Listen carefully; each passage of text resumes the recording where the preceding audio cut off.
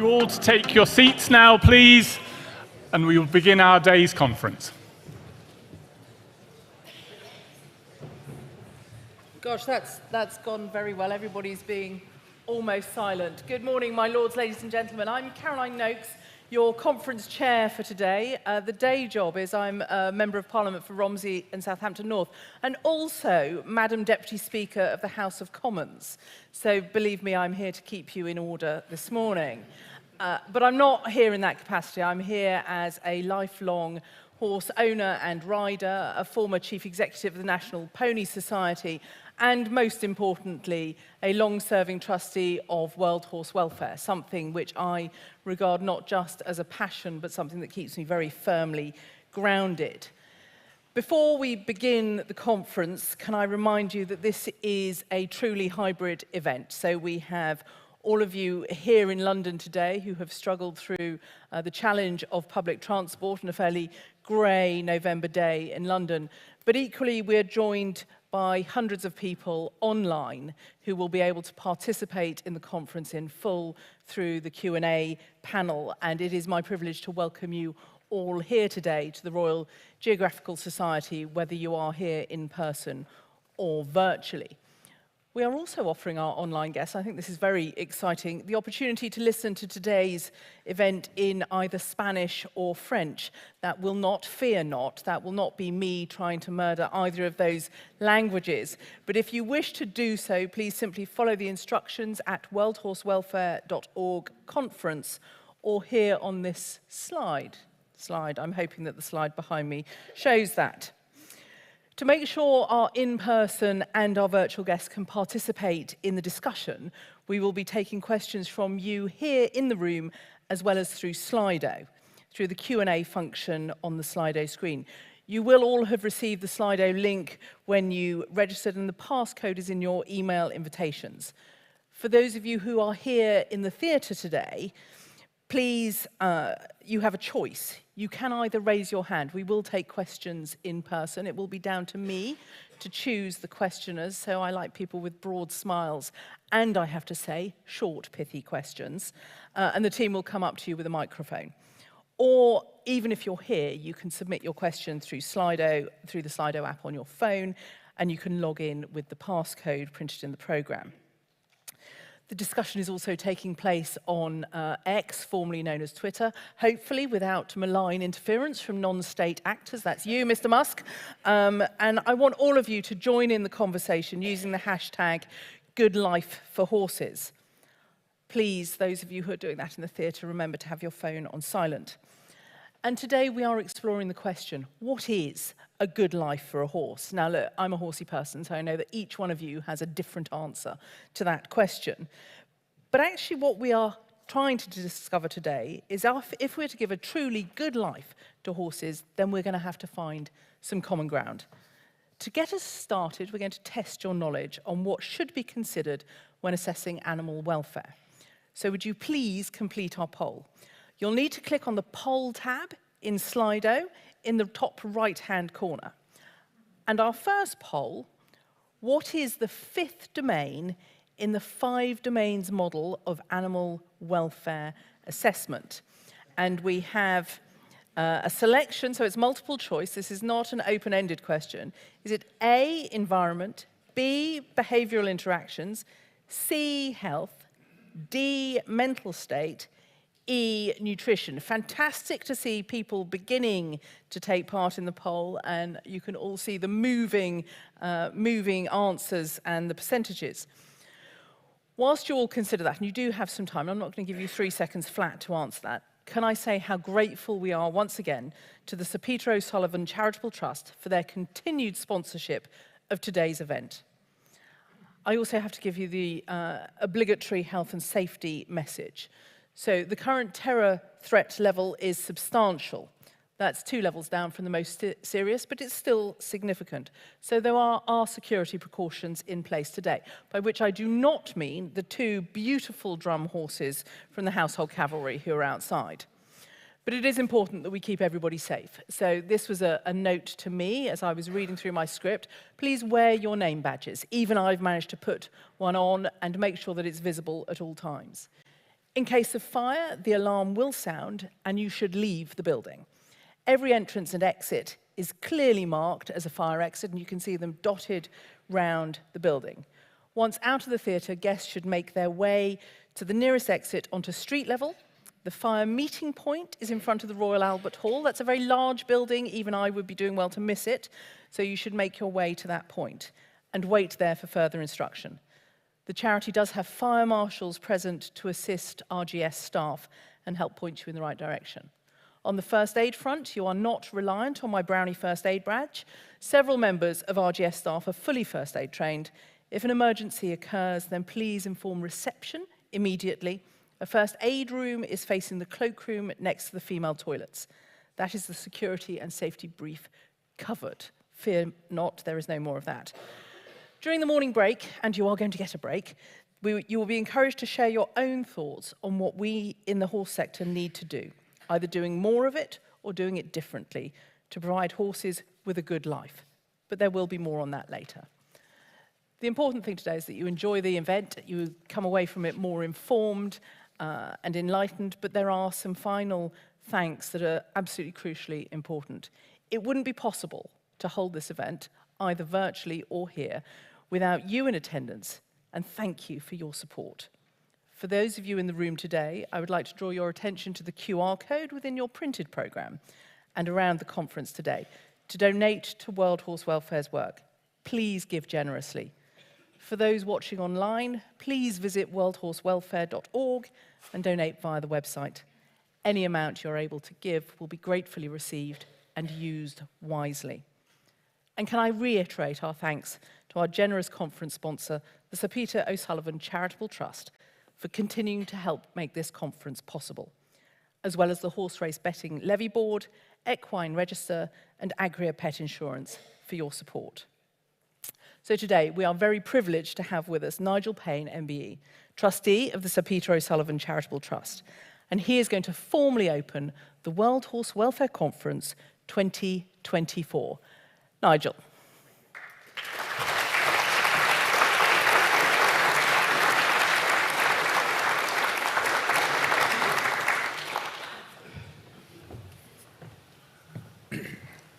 He's got his uses, this Rolliers, you know.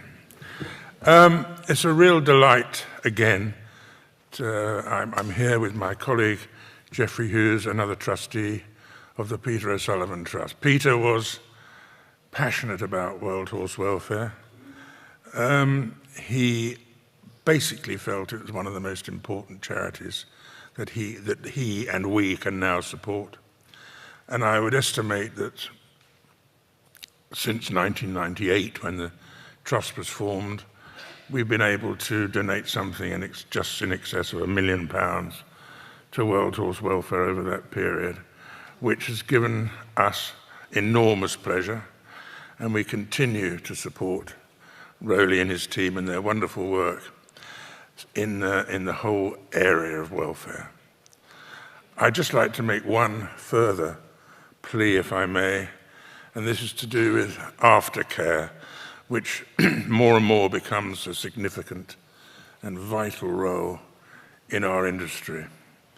Looking particularly at the racing industry, which I've worked in all my life, the retraining of thoroughbreds, we have an organisation called the ROR, but it desperately needs funding, and it relies quite often on the charitable sector, which shouldn't be the case. And if you consider the almost obscene sums of money that have been exchanging hands at the sales in the last 3 or 4 weeks, as I keep thinking that just a small, minute percentage of even the amount of money that Ammo Racing have spent at the sales and Tattersalls, even a small percent of that should go to horse welfare.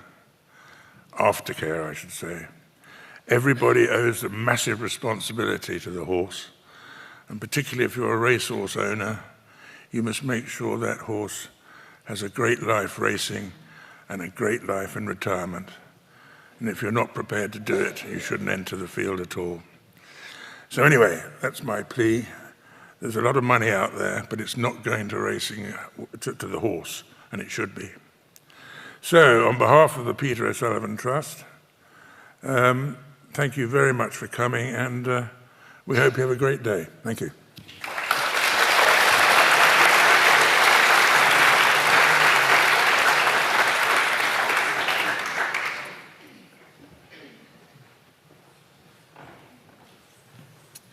Thank you, Nigel, and what an important message from the Peter O'Sullivan Trust that we have to think about the aftercare of our racehorses. It's a huge privilege to have you here, Nigel, and thank you for that message. Now, it is my job now to introduce the chairman of World Horse Welfare. Sam Bullard is going to come and give an introduction to the work of the charity.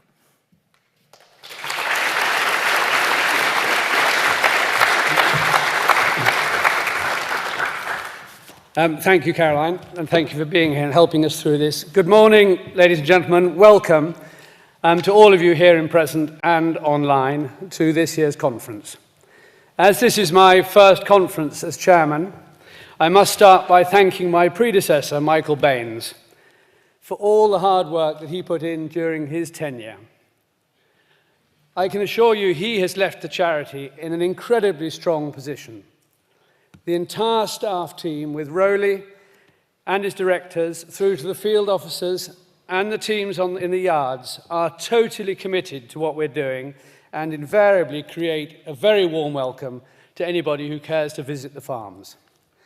My other thanks, once again, must go to the Sir Peter O'Sullivan Trust for their continued support, which is invaluable, the Equine Register, and the Horse Race Betting Levy Board, and Agria Pet Insurance, who are all helping us through today's event, and also who do so much to enable us, as our title would suggest, to be engaged in projects in 20 different countries currently around the world.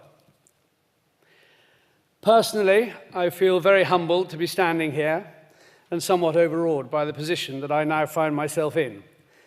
But having had a lifetime of fun riding horses and ponies in many different guises on any different terrain you can imagine, and fortunate enough to have had a professional career which is entirely thanks to the wonderfully versatile thoroughbred, if I can do one little bit to make some of the less fortunate horses better off in the next few years, then it will be time well spent. What is a good life for a horse? What an interesting topic for this year's conference. And I greatly look forward to hearing the fascinating speakers that have been assembled today. From my own perspective, I would simply start off by saying that I learned, as we all did, that these are basically herd animals who rely on flight for their safety. Well, we've evolved a lot since then, and from that starting point, we need to evolve. People have moved on, horses have moved on, and we will continue to evolve. We have to adapt, and society changes with time. And as with horse sports, new knowledge, different attitudes, and experience all combine to shape and hopefully improve the world around us. Last year, the focus of this conference was on the environment and how that is changing, and how the way we use and manage our horses impacts upon it, and how the environment impacts upon those horses. I'm so pleased that World Horse Welfare embraces these issues head-on, and today, as a result, we're launching one of our environmental welfare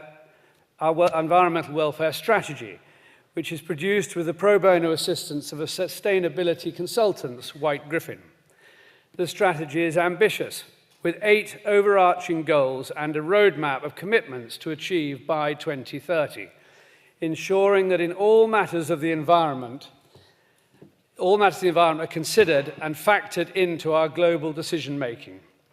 Our first step towards achieving these goals will be to integrate best practice in land management into the development of a new track system in our Lancashire farm, with the intention of aiding the development of a research base grounded by scientific rigor that will ensure that what works for the welfare of our horses works for the welfare of the environment as well. So we're embracing the changes around us by being willing to evolve and move with the times.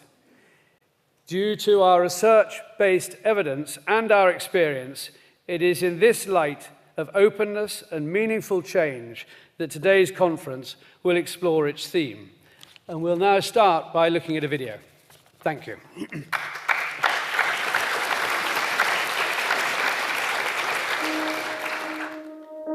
At World Horse Welfare, we look to help horses through a combination of care, research, education and influence, always seeking to learn from new evidence and experience. Our vision is a world where every horse is treated with respect, compassion and understanding. A world where every horse has a good life. And we can all agree that horses, ponies, donkeys and mules deserve this. We invest our time, money and effort to give them what we believe is a good life. But what does a good life really mean? Is our idea of what makes a good life the same as someone else's? What do our horses experience? Would they have a completely different view about what a good life is? Does giving a horse a good life mean providing the highest quality feed and supplements? Does it mean a warm, dry, safe stable? Or being turned out in a grass field with an equine friend? Or turned out alone to reduce the risk of injury? Does it mean having the right role, whether as a top-level competition horse or as a companion to others? Does it mean being treated like royalty, with plenty of attention, like grooming, massages and hydrotherapy? Does it mean the best veterinary interventions money can buy? Does it mean a shiny horse box for all those long journeys to competitions? Does it mean a pat on the neck when they have pleased us? Does it mean winning at any level of competition? Does a good life mean a long life? And what kind of life do horses, donkeys and mules have when they are working animals in areas where resources are in short supply? Can they have a good life? Are their lives inevitably worse than horses who work in sport and leisure? And are there ways to improve their lives despite the lack of resources? Given that horses evolved to thrive in vast spaces, are they better off away from people? If so, does this mean that our domesticated horses would be happier if we left them alone in a field with no interaction with us at all? And what can we learn from horses' evolutionary history about how we should keep them? What does the growing body of evidence into horse welfare say about what a good life really is, or should be? And if we can indeed define a good life for a horse, how can we assess whether our management is providing this? And how can we regulate and enforce it in our policies and legislation, including when the scientific evidence and the needs of the horse sector diverge? And when we consider the variety within the horse sector and the different roles horses play in society, how do we agree among ourselves on what a good life is? Today, we invite you to explore these questions and consider, what is a good life for a horse? Welcome to World Horse Welfare's 2024 conference.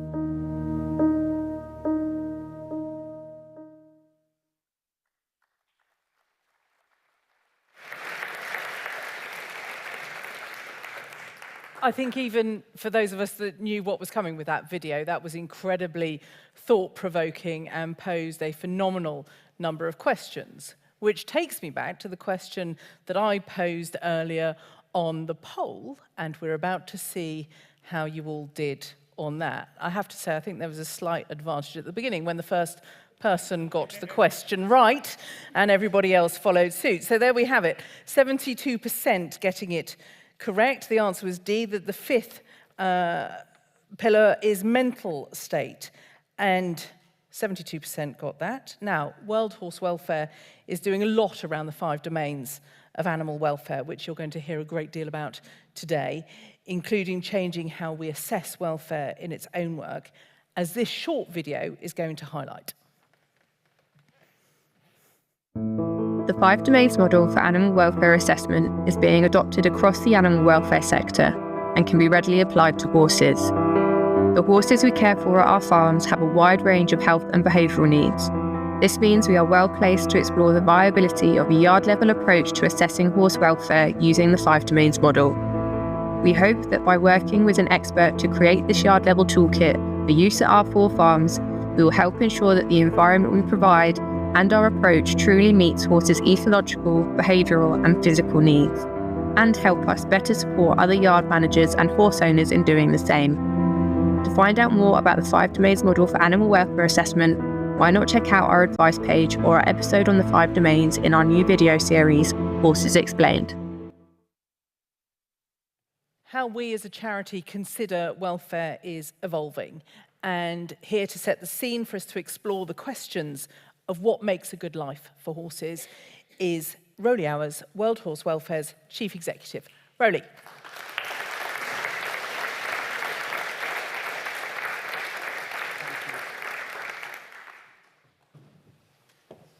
Caroline, thank you very much, and thank you for everyone for joining us today, whether online or in person, to consider what is a good life for a horse. If you're joining us in person, I want to thank you also for agreeing to be volunteer tube drivers for the day. I'm somewhat relieved that we haven't had to use you. Our ability to influence other global events this week, maybe we could have done a better job there. But anyway, the question of what is a good life for a horse is a very simple question. But there's no doubt that our whole understanding of horses has transformed over time, as has the work of our charity. Now, World Horse Welfare was founded by Ada Cole in 1927, with the aim of improving conditions for horses destined for slaughter in Europe. But we have since grown to become a caring and pragmatic voice for equine welfare across the world. So this seems like a good opportunity for our second poll question around our work. How does World Horse Welfare help working horses, donkeys and mules across the world? Some of you seem to have managed to answer it before even I asked the question, but which is very clever. But there are 4 options to consider, and Caroline will return to that a little later. Brilliant. That's all going jolly well, as you can see. Anyway, World Horse Welfare has certainly been on a journey over the past century. Our work continues to evolve as we strive to maximise our impact on horses and humans. Our vision, as we've heard, is a world where every horse is treated with respect, compassion and understanding. We believe in improving welfare by strengthening the horse-human relationship, by working with horses, but also with horse owners, governments, sport regulators, organisations and institutions. Because there is no horse on the planet who is not impacted by the actions and attitudes of people. We now work through 4 interrelated activities, with the hands-on care that we provide informing our research, the results of which guide our educational initiatives, all combining, hopefully, to give us the credibility to influence policy and practice. So why today's theme, what is a good life for a horse? This year, the FEI launched its new welfare strategy with a vision of a good life for sport horses, implementing the recommendations of its independent Equine Ethics and Wellbeing Commission, chaired by Professor Natalie Warren, who will be speaking shortly. Meanwhile, British Racing's welfare strategy, which is going to be reviewed next year, is called A Life Well Lived. This demonstrates a welcome change that has taken place in sport, particularly how a good life is not just something horses experience on race day or at competition, but as a lifelong experience that must be considered from birth to death. A good life is certainly a worthy aspiration, but do we agree exactly on what is a good life for a horse? What does it look like? Does my view of a good life is the same as yours, what would horses think that take the same view? Would they take the same view as us? So this is a thornier question than it first looks, but at the same time, we are developing ever greater insight. Providing our horses with a good life is certainly nothing new. Horse owners have been striving to do this for centuries. And how we have provided good welfare has always been a journey influenced by our experience and our evolving understanding. Over the past decade and more, this understanding has been turbocharged by mounting scientific evidence of what makes animals, including horses, tick. Historically, our welfare journey has perhaps been too dominated through the health lens and their physical welfare. We will all be familiar with welfare policies that focused mainly on biosecurity, optimizing performance, and veterinary oversight. For sure, these have value, but an animal can have good health but poor welfare. For decades, we looked to the 5 freedoms of animal welfare, a valuable and groundbreaking framework that predominantly made us think about animals' freedom from negative experiences. But now we recognize that good welfare is not just based on the absence of negative experiences, but the presence of positive ones too. Today, as we've heard, one of the most widely accepted models for assessing animal welfare is the more holistic 5 domains. Here, health is one of the 4 functional domains that all influence the 5th, a horse's mental state. And our goal should be to provide our horses with a positive mental state. Because only if a horse feels content in themselves, from their own individual perspective, can their welfare be good. After all, they are sentient creatures with feelings. But of course, no horse, indeed no person, is content all the time. We all endure negative experiences, which can be have an important purpose, if only because they encourage us to seek out positive ones. The key in giving a horse a good life is trying to actively minimize negative experiences while maximizing opportunities for the positive ones. And fundamental to good welfare is the ability for us to allow a horse to be a horse. And we can enable this by providing horses with regular access to the 3 Fs of friends, freedom, and forage. I think most of us have always known this. However, is this really synonymous with how normalized certain attitudes and practices are in the horse world? For example, in our efforts to protect our horses as valuable assets by shielding them from injury, keeping them stable, and feeding them a concentrate diet to maximize performance. But at what cost? As we know now, depriving our horses of the 3 Fs is depriving them of a good life.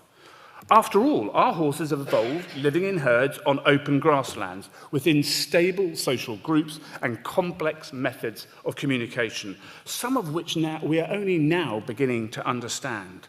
Like people, horses have personalities and individual preferences. They can be more curious or more cautious.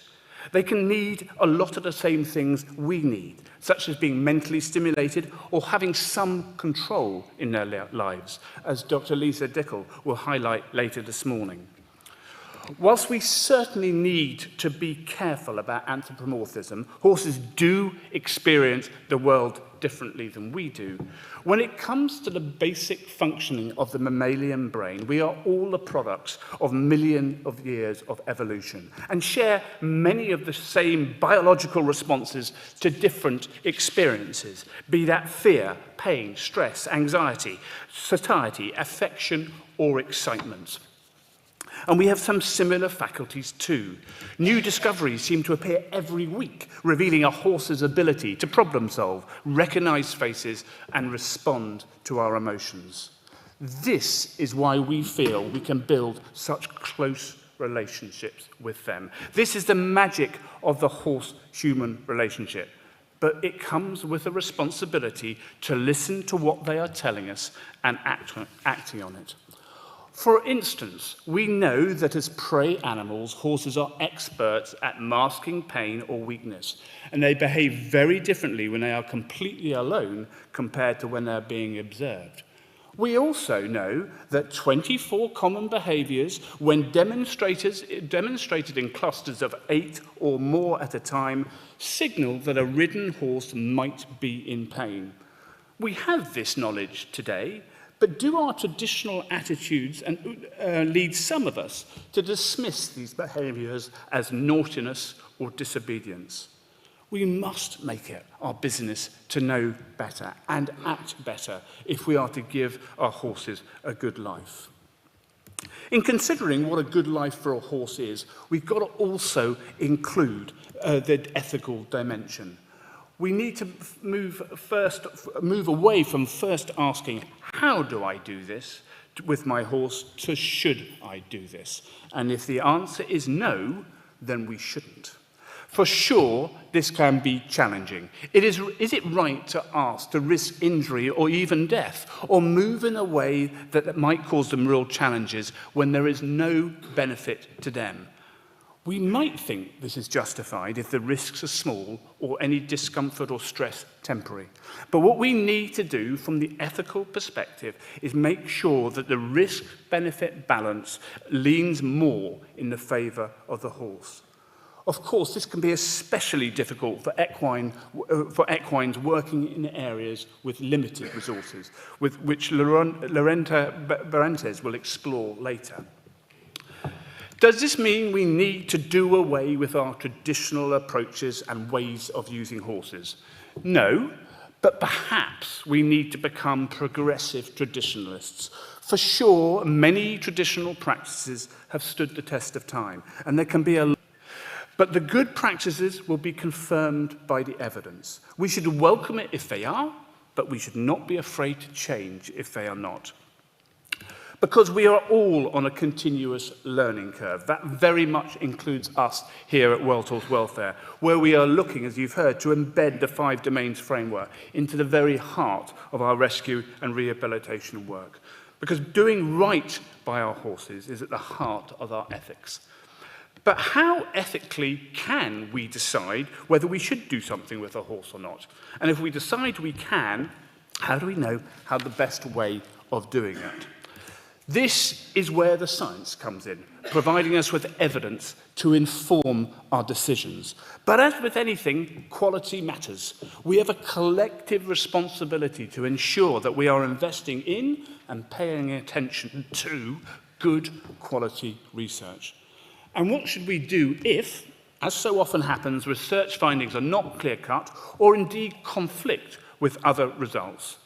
We should, of course, conduct further research to find a more definitive answer. In the meantime, however, we should use all the data that exists at the moment to inform our debate and discussions. And whilst we're putting this puzzle together, it is our ethical obligation to err on the side of protecting the horse using the precautionary principles. And what is essential is that these debates, both within the research community and across the sector, are carried out constructively and respectfully. We will not always agree on everything, but we will often agree on a lot, and sniping at each other achieves nothing. After all, our joint aim is to give horses a good life, so having an open-minded dialogue to achieve this aim seems vital. After all, consensus and compromise are essential when trying to get workable policies together, as we'll hear from Beate Broberg later this morning. Let's remember, too, that just because someone disagrees with us doesn't make them the enemy. This is something that has given me great cause to reflect recently. Labelling groups or people as antis is not necessarily helpful. Rather than labelling people, we would do better to listen to what they are saying, and having reflected and considered their views, we still might not agree, but we will be wiser for it. We know also that societies globally are increasingly questioning the use of animals in sport and entertainment. When many activities have been banned or shunned by the public, such as circuses with wild animals in the UK, why should we keep horses or ride them for sport or leisure? The answer is because we can and often do give them a good life. Whether we keep them for leisure, sport, work, or companionship, our horses can have good lives if we work to provide this, as Hazel Heaton will exemplify today. But how do we do this? Firstly, we need to be curious about how horses experience the world and how we impact their lives by what we do. We need to be open-minded enough to consider life from the horse's perspective. This sometimes means questioning our own way of doing things and heeding objective evidence. It would also mean looking at each horse as an individual, as we must be flexible enough to cater to their specific welfare and mental needs. Secondly, we need to take a truly holistic view of equine welfare. This starts with breeding foals only when we have a clear plan for their future, providing all horses with the 3 Fs to the greatest extent possible, maximising opportunities for positive experiences, training them in ways that are in line with the way they learn and that do not cause them fear, injury or distress, competing or riding them in ways that are ethical, and retiring and rehoming them responsibly and ensuring that they have a good end of life. And finally, we need to let go of any stubbornness, regret, or shame in our previous methods and recognise welfare, like the journey we are all on, is a continuum. Perfection doesn't exist, but we can and must seek to constantly strive to do our best. In making improvements, we should always be wary of making excellence the enemy of the good. Incremental change really can make a significant difference to the lives of our animals today. So we need to act now whilst also striving to make longer-term systemic changes. We are all in a continual cycle of learning. Let's celebrate the good lives that we already provide our horses, but also embrace change and foster an environment of humility and diligence towards doing better. Let's also be realistic and recognise that change can be hard. We will make mistakes. That is forgivable. What is not forgivable is not trying or not learning from our mistakes. This is the journey that we have chosen by involving horses in our lives. They give us good lives, so it's only fair we give the same to them. Thank you very much indeed.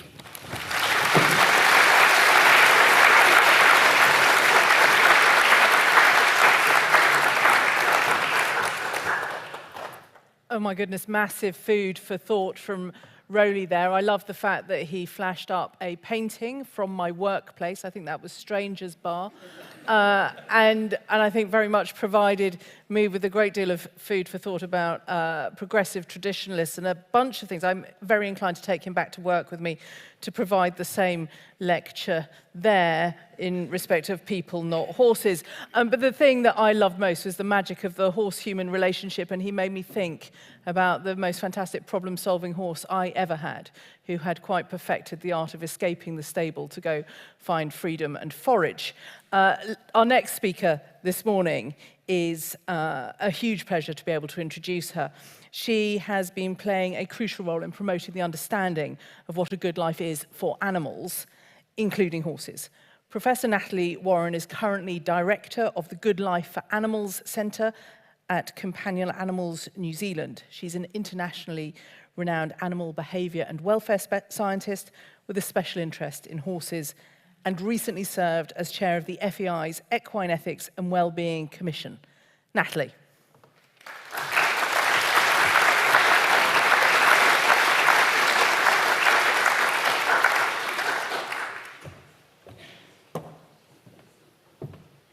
Thank you.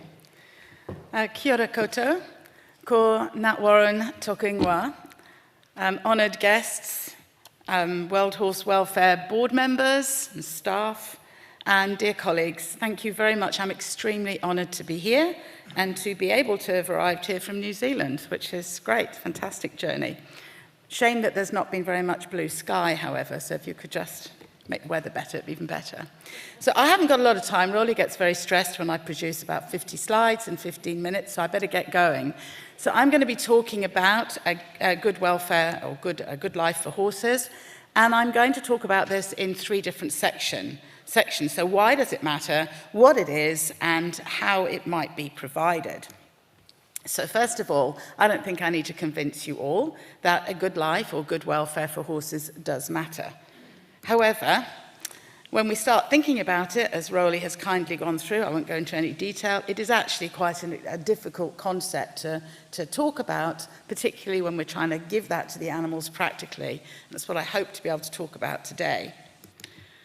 But I also want to remind you that whilst we're all sitting here nodding and agreeing, the reality, or the uncomfortable reality, is that although we do enjoy our relationship with horses, and they give us so much, from the horse's point of view, their lived experience may be very good, but unfortunately it may be bad or even dreadful.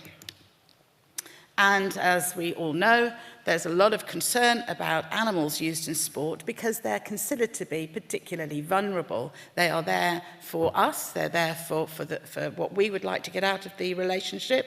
And unfortunately, when you see these sorts of headlines, it does cause a lot of concern amongst not just the public, but equestrians generally. We also know, as has been pointed out, that there has been increasing amounts of research into equine welfare, so we know a lot more. And that research is disseminated through popular horse journals, and increasingly we're finding there's an awful lot more research being funded, which is great, by larger funding sources, which means that we're just going to know more and more and more. So we need to be able to use that information to benefit horses. And as Rolly's pointed out, at the moment we might not know everything, but it is important to recognise that the absence of evidence is not indeed evidence of absence of a problem. So we know there's been a lot of discussion. I know World Horse Welfare has had its own conference on this, but there is a risk to social licence for equestrian sports if this continues to go forward and we continue to get this sort of bad publicity. But there's also, I think more worryingly for most people in this room who enjoy their relationship with horses, a risk to us being able to continue to do the things that we so enjoy with horses, riding them and so on. So, we agree that there's a need for us to understand a good life for horses. So what is it from their point of view? What is a good life when we talk about their lived experience? So good welfare is described as one where an equid's overall experience of their life, when assessed across their lifetime, is a substantially positive one. And that's where we come in, because it's us that can provide that to the horse. And we've just heard an overview of the 5 domains approach, and it's important that we look at what good looks like in relation to things like nutrition. And when we talk about nutrition, it's not about the input, the quality of the food, that's important. We might say those are sort of minimum standards or expected standards, but it's what that nutrition or the way that we provide that nutrition to the animal does in terms of the way the animal feels. We want them to enjoy it. And all the way around those different categories there to interaction with humans. And again, what does good look like in a relationship between a horse and a human? And how does all of that come together to improve the animal's mental state? And as been pointed out, when we look at a good life for horses, we are looking at assessing what good looks like in relation to the various different stages of a horse's life. But we're also looking at it in different contexts. So we can look at providing a good life or a good environment in relation to when the horse is stabled or when the horse is out at pasture in its relationship with people. But we also need to consider what that looks like in the different contexts that we use our horses for. So, for example, for horses in sport, we would need to look at things like what happens during the competition, what happens when the animal's being transported to the events, but also the greater part of its life, what happens when it's being managed outside of competition and during its training.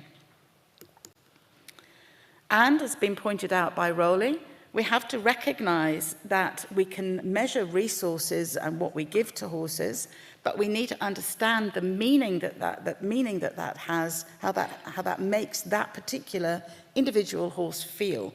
Because for each of those individuals, they have their own internal environment, they have their own previous experiences, and of course that impacts on how they view the external events or situation that they find themselves in. And all of that is the way it manifests in the way that they feel and then the way that they behave.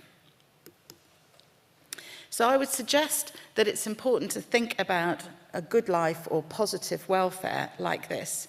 That what we're saying is that, inevitably in life, nobody goes through life just enjoying all the good stuff, although maybe there's somebody in this room that's lucky enough to have that. Most animals, most people go through lives experiencing positive and negative experiences. So for a good life, what we're looking for is a life that's lived above that line, where those negative experiences are minimized and the positive experiences within all of those contexts that I talked about across the animal's life tend to be mainly positive, and that we work hard to ensure that that is the case. We have gone a little bit further than the work that we did for the Equine Ethics and Welfare Commission's final report by being able to produce this white paper for Eurogroup for animals, which you can get on their website. And this very large document, it turned out to be, does try to consider what a good life is like for equids that are living different experiences used for different purposes, trying to go across all of these domains to look at how you can actually do the different actions that can be taken to provide for a good life. So it's worth having a look at that. So now I want to talk about how we assess positive emotion in horses, because for a horse to live a good life, they need to be able to live one where there are a lot of positive emotions. The problem that we've got is that we're not able to ask our horses what's positive. We have to infer from the behaviour, from their responses, what they believe is to be, what they feel is a positive situation. And unfortunately, I think this must be human nature, we tend to be much, much better at seeing the negative. So we're good at recognising negative welfare indicators, and these sorts of things are the sorts of things that might be called resistances by those who are riding the horse at the time. But they're all symptomatic of the horse experiencing some sort of emotional problem. And in fact, these sorts of pieces of research have been turned into quite useful tools. So this is a practical tool to look at equine pain, and in fact there's a pain app if you want to look at it, that helps us to recognise, or helps equestrians to recognise pain in their horses. But interestingly, there has been less focus on positive emotional indicators in horses. And so to be able to tell what is positive, we have to start doing research. Now, for some of you who are very experienced with their horses, I expect you feel that you can read that in your horses. But for scientists, we need to be able to develop robust indicators that can be put together into useful practical tools that we know are evidence-based and can give sort of good results that are repeatable. Luckily, there's been a whole plethora of new research looking at positive welfare indicators, looking at horse preferences, the strength of those preferences, how you can assess mood state in the horse, motivation, what horses want, what they really, really want, and what they really, really don't want, and also just what emotion looks like in terms of behavioural responses. So these are the sorts of things that you can do yourself practically, is actually ask the horse. And a lot of tests have been done where there have been simple preference tests, giving the horse the choice when they've been given the opportunity to choose. But then starting to look at training them so that they can tell us what they would like. So in this case at the bottom, you can see some work that was carried out where horses were trained to touch symbols to show that they wanted their rugs on or they wanted their rugs off. And coming from New Zealand, where there's quite a lot of over-rugging, I can tell this sort of study was quite useful. There's also studies that have taken this a little bit further to try to understand how important these resources are to individual horses. So these allow us to calibrate, if you like, the relative importance of different things.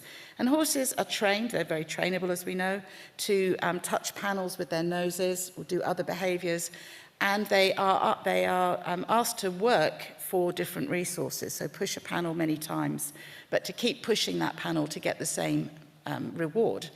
And in the case of food, not surprisingly, most horses will keep pushing that panel for a long time. And that would be an inelastic demand. But other things like companionship, space, and being able to move around freely are also important, although less important if you make that horse work very hard to get access to those things. So this gives us good insight into what's important to the horse. And we can also measure their behavioral expression, their facial expression and so on, at the same time as them being given the resource that they've worked so hard for to understand what that looks like. And then we can, by inference, say, well, that must be what it looks like when they feel good. There's other very sophisticated tests, which I won't go into in great detail, but I quite like this one on cognitive bias, because this is where we've got research that is looking at whether a horse is a glass half empty or a glass half full horse, so a pessimist or an optimist. And often this results very much from an animal's previous experience, where it may well have had a traumatic experience during weaning, for example, and that affects its resilience later in life, its attitude towards something that it's unfamiliar with later in life. There's also research that we have that is starting to characterize facial expression related to positive experiences that we will say, are happy faces, for example. And there are some very simple indicators that you, again, may well, as horse people, feel that you can read in your horses, but in fact these are now evidence-based. Things like spontaneous blink rate, the shape of the eyes, the eye wrinkles, for example, can all be used as part of a package of indicators of positive emotion in horses. And then, as Rowley talked about, when you do give horses the space, the friends, and the ability to eat far too much grass in this case, this is a New Zealand paddock with a fat donkey, but here's Biggie Big expressing his enjoyment of life through what we would call solitary play behaviour. So we do now have a battery of promising welfare indicators that are under research or have been finalised. And these are this came from a group that just met quite recently, who've agreed that these are the areas that we feel fairly confident will give us a lot of information about positive emotional indicators, which is extremely exciting for the horse. We can then start to characterise emotions. We can say what looks like a negative welfare state and what looks like a positive welfare state based on being able to know that playfulness and joyfulness is being expressed through the behaviours that we know are associated with that. And eventually we will be in a situation where we will be able to decide whether the behaviour that we're seeing when the horse is under saddle or competing or during training is a result of an emotion that is related to a high arousal state, but a positive state of mind, as compared with a high arousal state, but a negative state of mind. So a horse that is performing a piaffe, for example, that is actually enjoying the experience rather than perhaps doing it through stress or fear. And further, and this is where it gets quite clever, I think, we now have some very clever groups around the world who are starting to use artificial intelligence or deep learning to be able to help us to better detect equine emotions in the moment and during performance and across training. Here's some work that has been carried out by a group in Brazil. Gabriel is a veterinary student who is doing his PhD and has already published on pain assessment and the use of AI. And we're now working together to support him to develop some indicators of positive and negative emotions that can be well used for horses during training and in competition. And that's exciting because it does mean that we will be in a position to be able to provide useful tools for education, for training, for judges, stewards, riders, trainers, that will help to improve the recognition of these sorts of indicators whilst the horse is performing. So the addition of technology and the use of evidence-based indicators of equine emotion and training might change the shape of what we can assess during competition or training, which is exciting for the horse, I think, because we will be able to decide whether or not the horse is a happy athlete. But of course, does come with some challenges for the sport generally. So finally, my top tips for providing a good life for horses. First of all, I would suggest, as you sit here, that you ask yourself, if they were asked, which mostly they are not, what would they choose? If you ride down to the end of your field and you can turn right into the horse arena or left and go off for a hack, or in fact you can go back, what would your horse choose to do? And what would you do about it if the horse chose not to go into the arena today? You need to be prepared to challenge what you currently do, because just because they do it and just because it works, and most of these methods and so on do work, that doesn't necessarily mean it's right. You have to think beyond that. What would they choose to do? You have to consider what you can do to enable the horse to have more agency in their life, more control, more ability to choose, obviously within the parameters of what's safe for them and obviously within the job that they are expected to do. But if you're going to fully commit to allowing your horse to express their agency, you do need to be prepared for them to say no, or not no, not now, or sorry, not like that, so that you need to change. As Rolly has pointed out, this has been a big part of our work. We don't know all the answers, but we do know that there are welfare risks if we don't do something to take action. So when there maybe isn't the research to back up what you're doing, adopt the precautionary approach and give the horse the benefit of the doubt by making your decisions based on likely risk to their welfare. Be prepared to change, embrace the new information that's available. There is new knowledge, there are new technologies, and there are changing societal values. And so we must be prepared to adapt and transform our way of thinking, but also of acting or doing, just so that we're doing the best for our horses. And finally, we need to be prepared to shift the baseline to a new normal. We need a focus on what is positive, what's a positive experience for horses, so that we can indeed give them the good life that they deserve. Thank you very much indeed for listening to me. It's been a joy.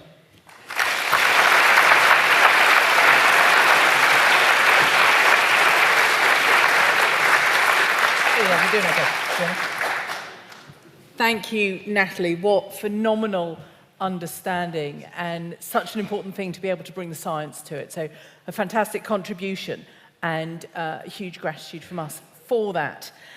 Now, before we move on to the next item, I am going to be bringing up the results of the second poll that Rolly introduced, which I'm hoping are going to appear in front of us. So, supporting locally run initiatives for working with communities through partners, 62%. I hope that's the right answer. I'm sure it is the right answer. I've just checked against that. But interesting, only 62%. And maybe that's a message to us that we need to do better to communicate everything that we are doing. We're going to show another 60-second video for you, and you'll be conscious I'm talking really quickly to make up on time, so we're running slightly late. But I think please do keep using Twitter, X, however you wish to describe it, and conveying the message out there, making sure that we are getting our education as wide as we possibly can. So another video. We believe we can make the most impact on working equids and their owners by taking a local approach, working with local partners who know their communities best. Throughout Africa, Asia, Latin America, and Europe, we carefully select partner organizations who can embed horse care knowledge and skills in communities to provide a sustainable system of support to everyone who relies on a working horse, donkey or mule for their livelihood.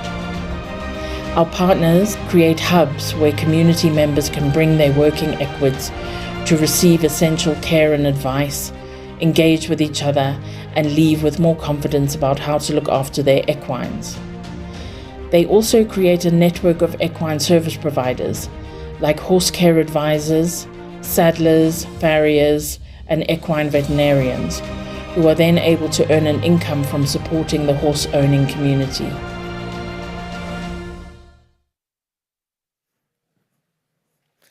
So Nat talked to us about sport and leisure horses, but what about those 100 million working equids worldwide, the ones on whom whole communities may well be reliant for their well-being and survival?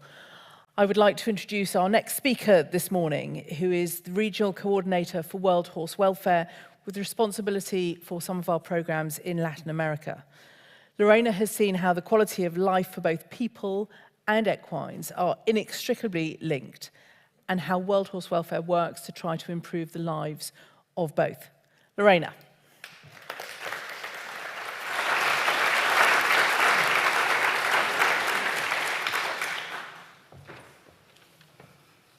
Good morning. Very happy to be here, directly imported all the way from Costa Rica. And I've been wondering how to introduce my topic. And that video that just showed is exactly what brings me here. So I hope I can be accurate enough and make justice to the wonderful work that these people do around the globe, thanks to many of you here today. So I'm here on behalf of a passionate team made of a lot of people that strive to walk hand in hand with humans and working equids around remote sites across the developing world to make the realities warmer. Our programs create a ripple effect as animals suffer less, their working lives improve, their productivity increases, and their owners gain both knowledge and dignity. Our team goes to bed at night knowing that they have built bridges to a more equitable future, one equid and one community at a time. Here in Britain, you might think, I cannot generalize, right? But of horses being mostly involved in sport and leisure. But did you know that 4 of 5 horses around the world have to work every morning like we do, right? And they are taxis, they are trucks, they are vans, tractors, school buses for more than 600 people, 600 million people, right? And they support the livelihoods of families and whole communities. Horses, donkeys, mules, ponies have been humanity's steadfast partners for millennia. Actually, we were at the National Gallery and at your beautiful British Museum a couple of days ago, and you could see them sustain, from one masterpiece to the other, because they have been part of our lives around the world forever, right? Their lives can be good or can be bad. In some ways, when you look at it from the 5 domain models that was explained a little while ago, the model of animal welfare assessment and those 5 domains, they have some good things on their side. They can have good behavioral interactions with their environment and other equids. They can have good health when they are young. Sometimes they receive good nutrition. But sometimes their lives are not so good. And this is where our work, your efforts, and World Horse Welfare as a whole comes in. We work with local partner organizations in different communities in 20 different countries, in Africa, in Asia, in Europe, in Latin America, and in the Caribbean. So we've got it covered. As so, often behind the animal welfare problem is a human welfare problem as well. We look to address these challenges in this context. And I'd just like to give you a couple of examples. I'm actually going to take you today on a world tour, right? Like the rock stars. And we will begin with Romania. So we're going to the cold, even colder than here maybe? So, from snow-capped mountain peaks to serene waters, Romania is a land of contrasts. While its cities increasingly report economic growth, Romania's villages still offer a true taste of the simple life. Our project in Romania was launched in 2023 in the heart of Transylvania in partnership with the Horse Welfare Association. Our long-term goal here is to foster a culture of responsible horse ownership to improve the overall welfare of horses in our project communities. Through what? Through education that promotes lasting behavior change. Through detailed welfare assessments, we have explored the 5 domains of horse welfare to identified areas needing improvement. And sometimes we have the best will to help, but then we don't have the knowledge to make it happen. And this is kind of what happens in Romania, right? For example, managing horse housing during winter. The owners are thinking about the cold, so they bring their animals into these protected barns and they close all the windows. So what happens? We're affecting the air quality. And then on the other hand, during the summer, they take them out to pasture, and then they have this not so nice weather conditions out in the sun, no shade, and then you have the other side of things, right? So what have we been doing? We have had a dual approach in Romania, one with one-on-one education for the horse owners, and then we have also been maintaining close collaboration with veterinarians and farriers. To what? To enhance professional collaboration. Community engagement, this is vital for us. When you go to a new country to open a new program, you need the community engagement. Otherwise, your work will be very, very difficult to achieve. So, long-term sustainability through educational events and bringing the future professionals of the area closest to the horses, working with the people in the community, is how we have been able to impact in Romania. So we're changing continents and we're changing topics. We're going now to Cambodia.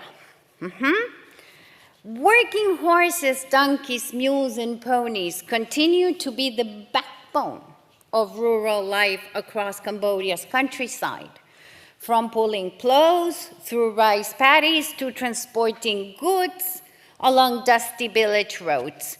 Despite facing challenges like very limited veterinary care and harsh working conditions, these resilient equids demonstrate remarkable adaptability and form deep bonds with their owners. So what we have in Cambodia, what we were able to identify to bring to you today, is called the big head disease. a skeletal condition caused by calcium deficiency and imbalance that is prevalent in Cambodian communities. When our program began, we encountered approximately 10 cases every month. But now, because we're rock stars, the numbers have decreased substantially. The root cause of this condition lies in the traditional practice towards what they were feeding their ponies, usually made of grass and bran. Food high in phosphorus, but low in calcium. So through human behavior change, which is also a big thing for us and our daily work, we have educated owners about proper calcium supplementation, recommending a simple, very simple formula. 1 tablespoon of calcium supplement for every kilo of bran to achieve the correct mineral balance. It took over a decade, right? We human beings are stubborn sometimes on what we know, on what we have been taught, on what has culturally been taught to us. But now we have notable success. We still face barriers, and the horse owners still face barriers because of the financial constraints mainly. So every year we have had fewer cases. The consistent positive results have proven to be an effective solution for both preventing and treating the big head disease and contributing to the health domain. I'm only going to take you to 2 more places. Sorry, have no more time. South Africa. South Africa is the oldest partner organization. The organization was established in 1995 to provide cart horse owners and drivers with a comprehensive range of affordable services and education to ensure proper horse care, promote understanding of animal welfare legislation, and improve equine welfare in the carting community. CHPA works in partnership with cart horse owners and drivers who rely on their working horses. So in these communities, horses are not for fun. They are for survival. Members of the carting community face serious socioeconomic challenges. They face violence, they face poverty, unemployment, substance abuse, and crime. So, cart horses are cost-effective, simple solutions to strengthening their livelihoods. They're part of their family. They're part of their survival. Through this approach, they provide a comprehensive range of services, including hoof care, correct harnessing and cart repair, vet care, dentistry, and parasite control, also suitable shelter. Proper nutrition is also attended. We undertake patrols and inspection. We enforce Animal Protection Act by local bylaws. Lobbies for legislation, so we lobby for legislation to govern the cart industry, and we facilitate a range of training and educational programs to further promote equine welfare. And now, last but not least, and I say last but not least because this is the cherry of my pie, at least, because it's one of my countries, whose director, Carolina, is here with us today. Deep in Colombia's mountainous regions, indigenous communities maintain a sacred, and you should go down there and see this happening, a sacred bond with their working horses, mules, and donkeys that spans generations. These loyal animals serve as lifelines for the Wayús, for the Arhuacos, and other many native people, carrying medicinal plants from high-altitude páramos and transporting traditional textiles to distant markets through terrains too rugged for modern services.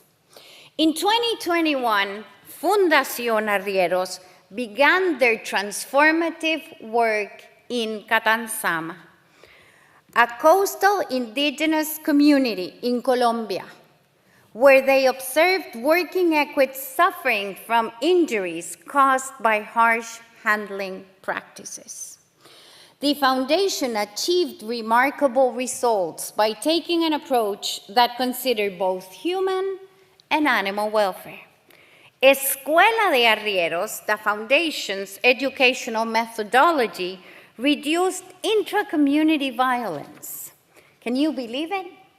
I would be mad at Caroline and I would go somehow damaging her donkey. And this was a reality, strong reality in the community. So the foundation came up with these modules that included violence, intra-communitary violence, and from there we came up with this educational strategy to tackle or to contribute to domain number 4. By focusing on human behavior modification, the foundation successfully improved the treatment of donkeys and mules used for transportation and commerce. This holistic approach demonstrated that fostering better interactions benefit both humans and animals, ultimately giving them better lives and prompting more peaceful and prosperous communities. So because we can't go anywhere else, I would like to finish by saying that we improve the life of working equids where it is needed. Sometimes these improvements require extra resources, like material resources. But very often they just require the sharing of knowledge. They just require a bit of love. They just require us working hand in hand with the communities, which is the most sustainable way to ensure long-term change. Can working horses really have a good life? There's challenges, but they can. Or at least they can live much better lives. It depends on many things. It depends on you, on me, on our project coordinators, on our horse owners. It depends on the trust we are able to achieve in the communities. It depends on all of us here today and all of us there online. We don't just heal animals.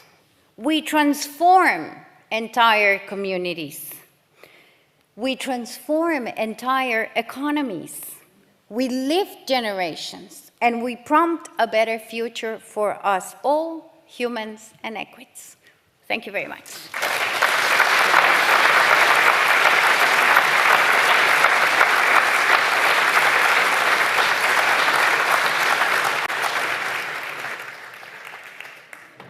Thank you, Lorena. That was a really whirlwind tour, and I love the pictures that the children had drawn in Colombia of the horses and the hearts surrounding them. You're so right. It's about how you can build better relationships between communities, building better relationships between people and their working animals. A final question on Slido to test your knowledge on World Horse Welfare. I'm beginning to get to grips with how this works. The question here, and I love the fact that it flashes up for you before I've even read it out.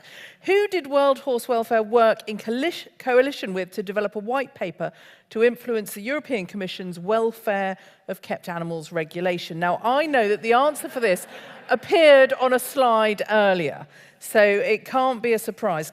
Answer A, the National Equine Welfare Council. B, British Horse Council. C, Eurogroup for Animals. D, nobody, we did it on our own. I think the message we are having this morning is very much that you can't achieve anything on your own, so it's unlikely to be the last one. I would like to now introduce our final speaker in this session from a world which I am very familiar with, government. We are very privileged to have Berta Broberg, a veterinary surgeon who has held various positions in government veterinary services and founder of the voluntary initiative group on Equidae under the EU platform on animal welfare, which produced Europe's first guidelines on the responsible ownership of equines. She knows firsthand the challenges and considerations of creating enforceable policy, and never forget the importance of that. We can have the most brilliant policies on the planet, but if you can't enforce them, they are of no use. So welcome, Berta. We're very much looking forward to hearing what you have to say. Thank you very much, and thank you very much for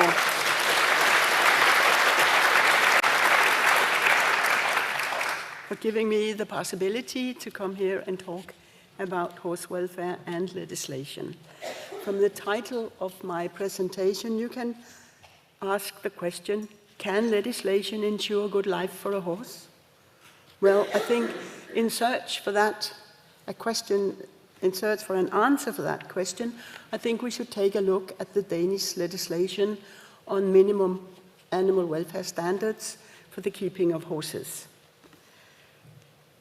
With the challenges and also the limitations that we faced when preparing and also enforcing the legislation.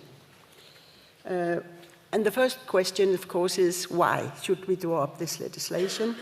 Well, it comes from an opinion from the Danish Ethical Council.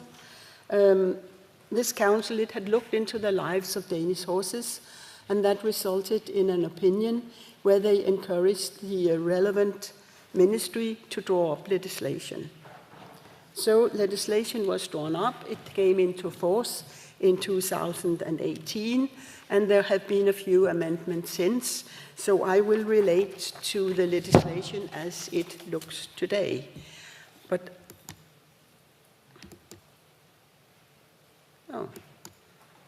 Then first, an initial step when we prepared the legislation was to establish a working group. And this working group, it had representatives from the horse sector, and it was the whole sector.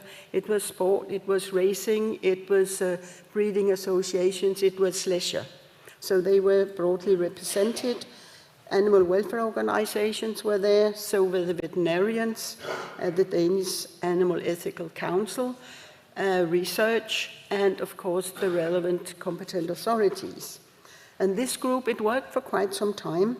It discussed all aspects of keeping horses, and finally it issued a report with some recommendations for legislation. But it was assumed that the recommendations should be reached by unanimity. And when you seek unanimity, you also have to compromise. And there are really compromises in our legislation, and I will address that a little bit later. But just to say that the legislation, it covers all premises or establishments with horses, donkeys, and their hybrids. So when I say horse, I mean all of them. But it is also fair to say that in Denmark we have only a few donkeys and hybrids. The provisions of the legislation, they include a long list, but I will only give you a few examples. One is that at least 2 horses have to be kept on a premises. This is what we have now.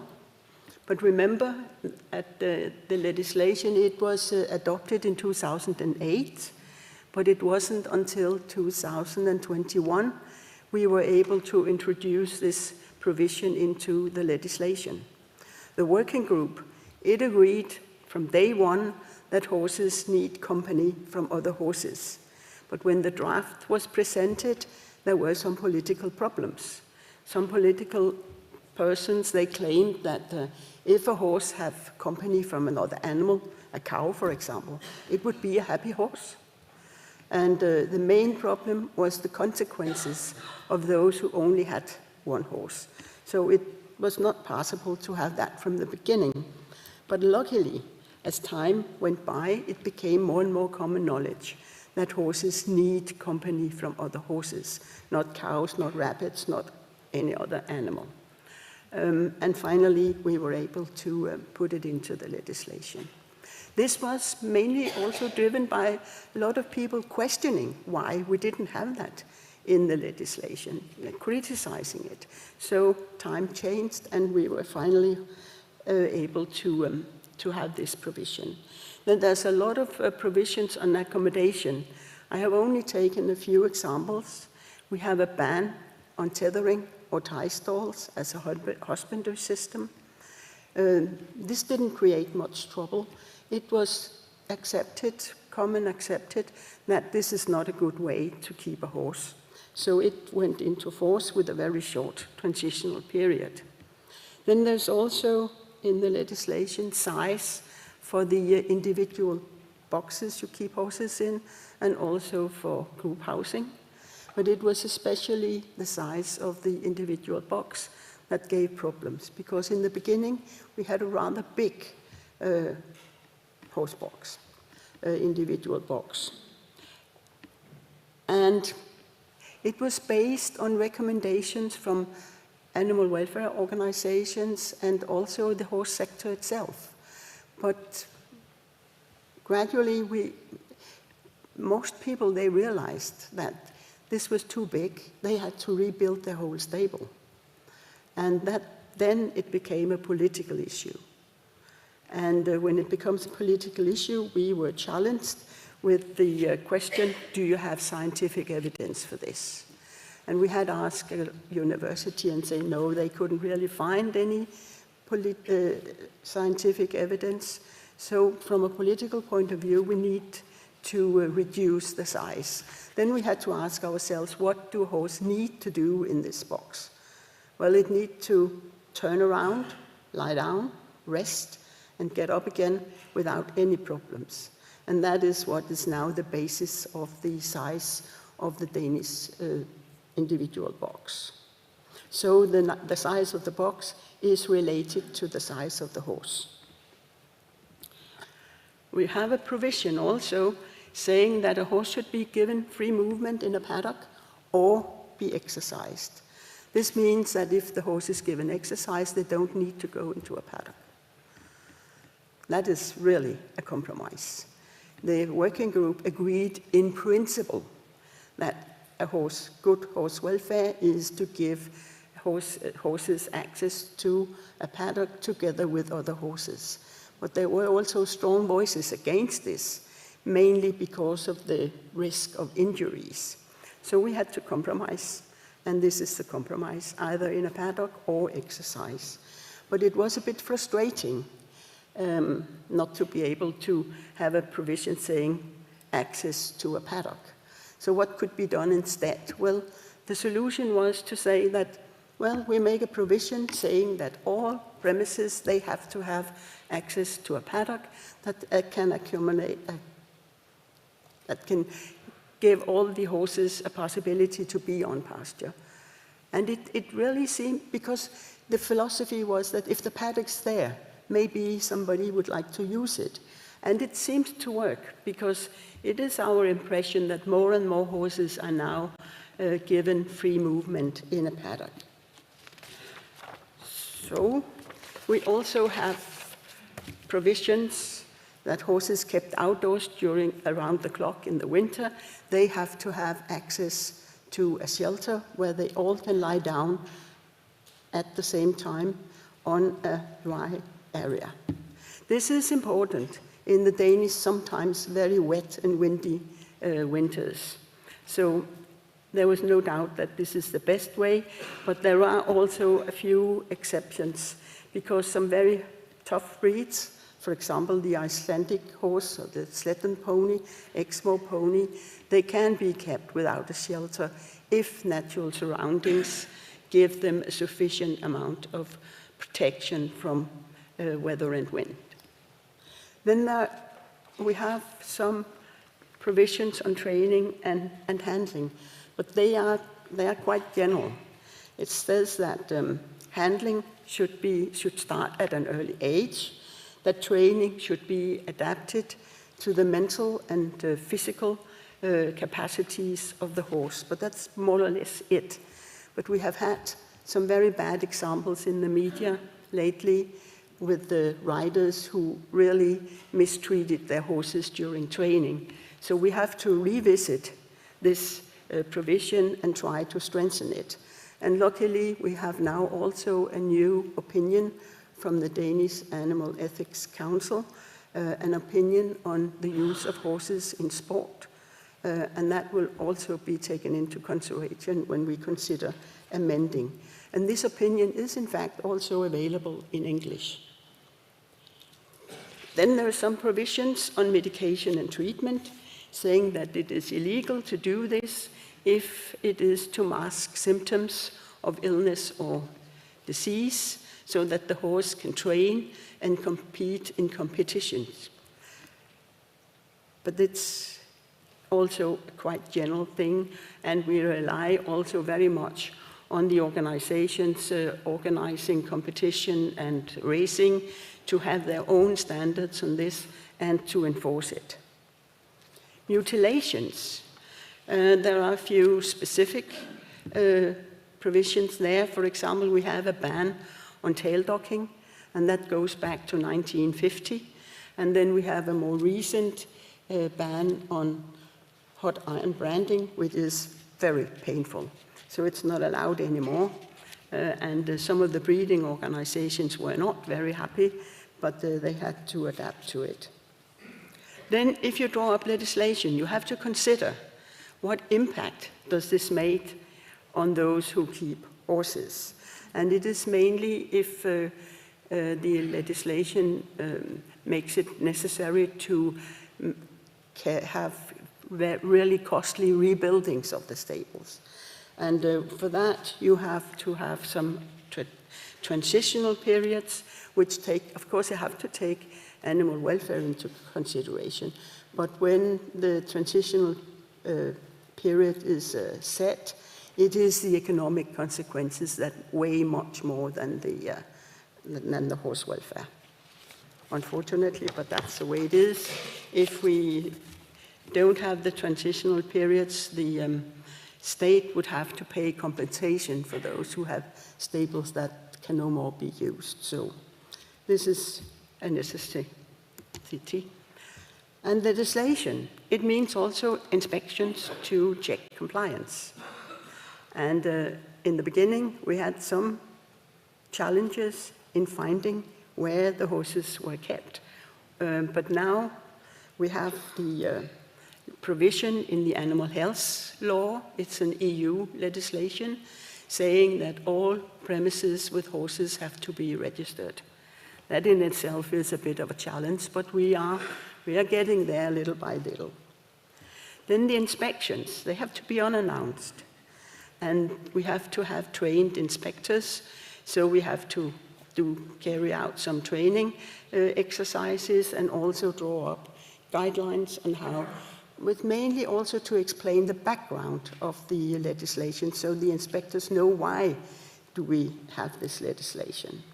And it is, of course, to give some good tools to the inspectors, but it also to try to ensure as uniform an inspection throughout the whole country as possible.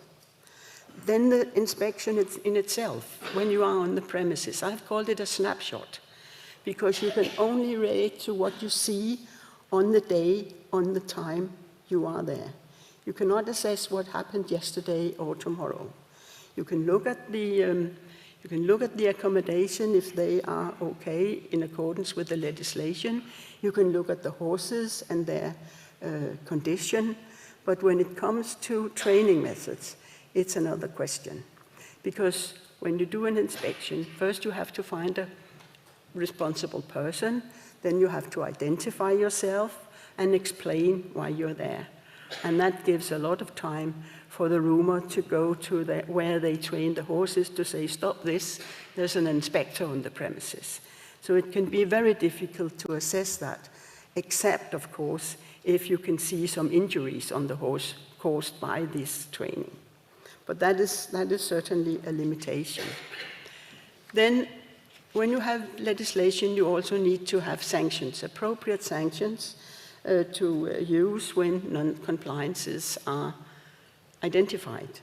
Those sanctions, they have to be effective, they have to be proportionate with what you find, and they also have to be dissuasive. And legislation, remember the title of the Danish legislation, it is minimum animal welfare standards. And that is why you sometimes have to compromise. The access to a paddock is a very good example of a compromise that doesn't support horse welfare. So it is minimum standards. So if you have a very good life, you have to go above the legislation. But to me, the legislation, it sets an acceptable physical frame for the premises where horses are kept. It has a ban on tie stalls. It has size for the accommodation, not only the individual box, but also the height and something about ventilation, indoor climate, and so on. It has provisions on feeding and watering, indoor climate, as I said, and also lighting and much more. So it gives a good frame. But does it also have a preventive effect? Yes, we think it do have a preventive effect. But maybe what is more important, it is also our experience that it raises awareness on horse welfare, because when you have legislation, there will be some discussions about this. Is it strict enough? Is it too much? But then people get engaged in horse welfare, and that can move things. And one example is that we finally were able to have a provision that a premises have to have 2 horses, so that can have a company of each other.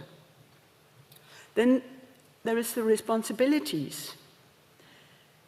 Well, one prior EU commissioner said we are all responsible. But of course we all have some kind of responsibility, but it is not as simple as that. Let's look at what is the responsibility of the competent authority.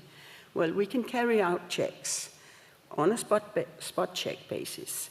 We cannot visit every horse premises all the time, every day, and so on. So there's a limit there. But we can also give guidance. If something is not as good as it should be, we can apply sanctions, maybe fines, if it is a serious problem. But that's what we can do. And then the real responsibility for giving a horse a good life, or maybe even a better life, best life, it lies with the owner or the person responsible for the person, because that person can fill in the frame given by the legislation by good supervision of the horses, good care, appropriate training methods, and so on. But that, of course, requires that this person have knowledge on horse welfare, horse behavior, and so on. And if you want to seek guidance on that, you can take a look at the Guide to Good Animal Welfare Practice for the keeping, training, care, and use of horses. This guide, it was produced and acknowledged by the EU platform on animal welfare for some years ago, and to me, it does give good guidance. So I can advise you to take a look at it. You can find it on the Commission's website. So with that, I think I will say thank you for your attention, and I think questions come back.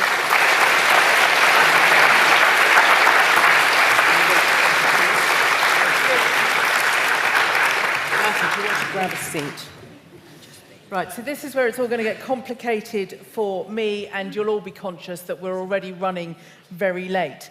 Bertha, that was a fantastic walk through the policy making. I know from my own painful experience that government is never easy, and finding the ways that we can do it effectively and enforceably particularly challenging. I'm going to invite Lorena and Nat to the red chairs as well. And if I plonk myself in the middle one for the Q&A, then one side and maybe Nat, if you sit next to Berta, that would be perfect. So we have some, I think, before the Q&A, we're going to have a look at the final poll, but I'm sure you all got that right because you were all paying attention to the slides that you had earlier. Apparently not everybody was paying attention to the slides that we saw earlier. When it comes to influencing government, it is crucially important that it's done collaboratively and that you have lots of voices singing from the same hymn sheet. So the Eurogroup for Animals was indeed the correct answer there. And we're going to have a 60-second video in just one moment before somebody presses play on that, please, because we've got the Q&A coming up. So look, I've given you your Slido instructions. There will be roving microphones in the room. Please, if you are given a microphone to ask your question, stand up and talk directly into the microphone, or I won't hear it. And if I can't hear it, then I will simply make up the question that you have asked, and it will be one that I wanted to ask. So please do speak very clearly.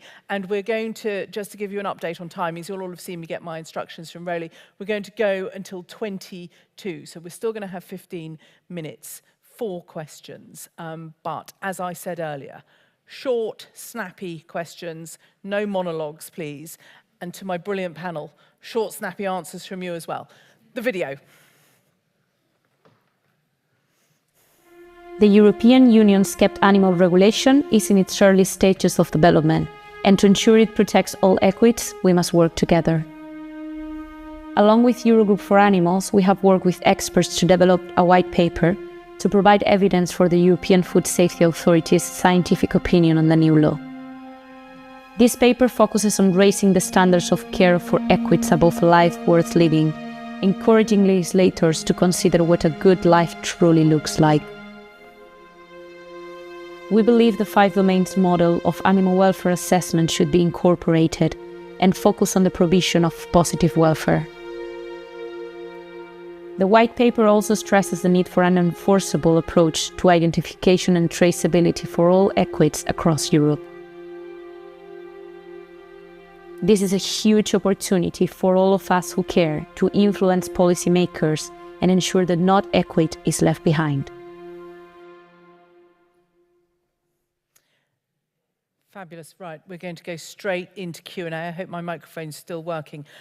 You can upvote. This is a technical term. Questions that have already been put on Slido. And for the ease of everybody, I'm going to go to the most popular question first, which is going to be for Natalie. Nat, do you want to grab a microphone in front of you?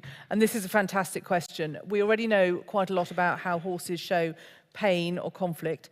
Should these negative behaviours be incorporated into the marking for competitive sport?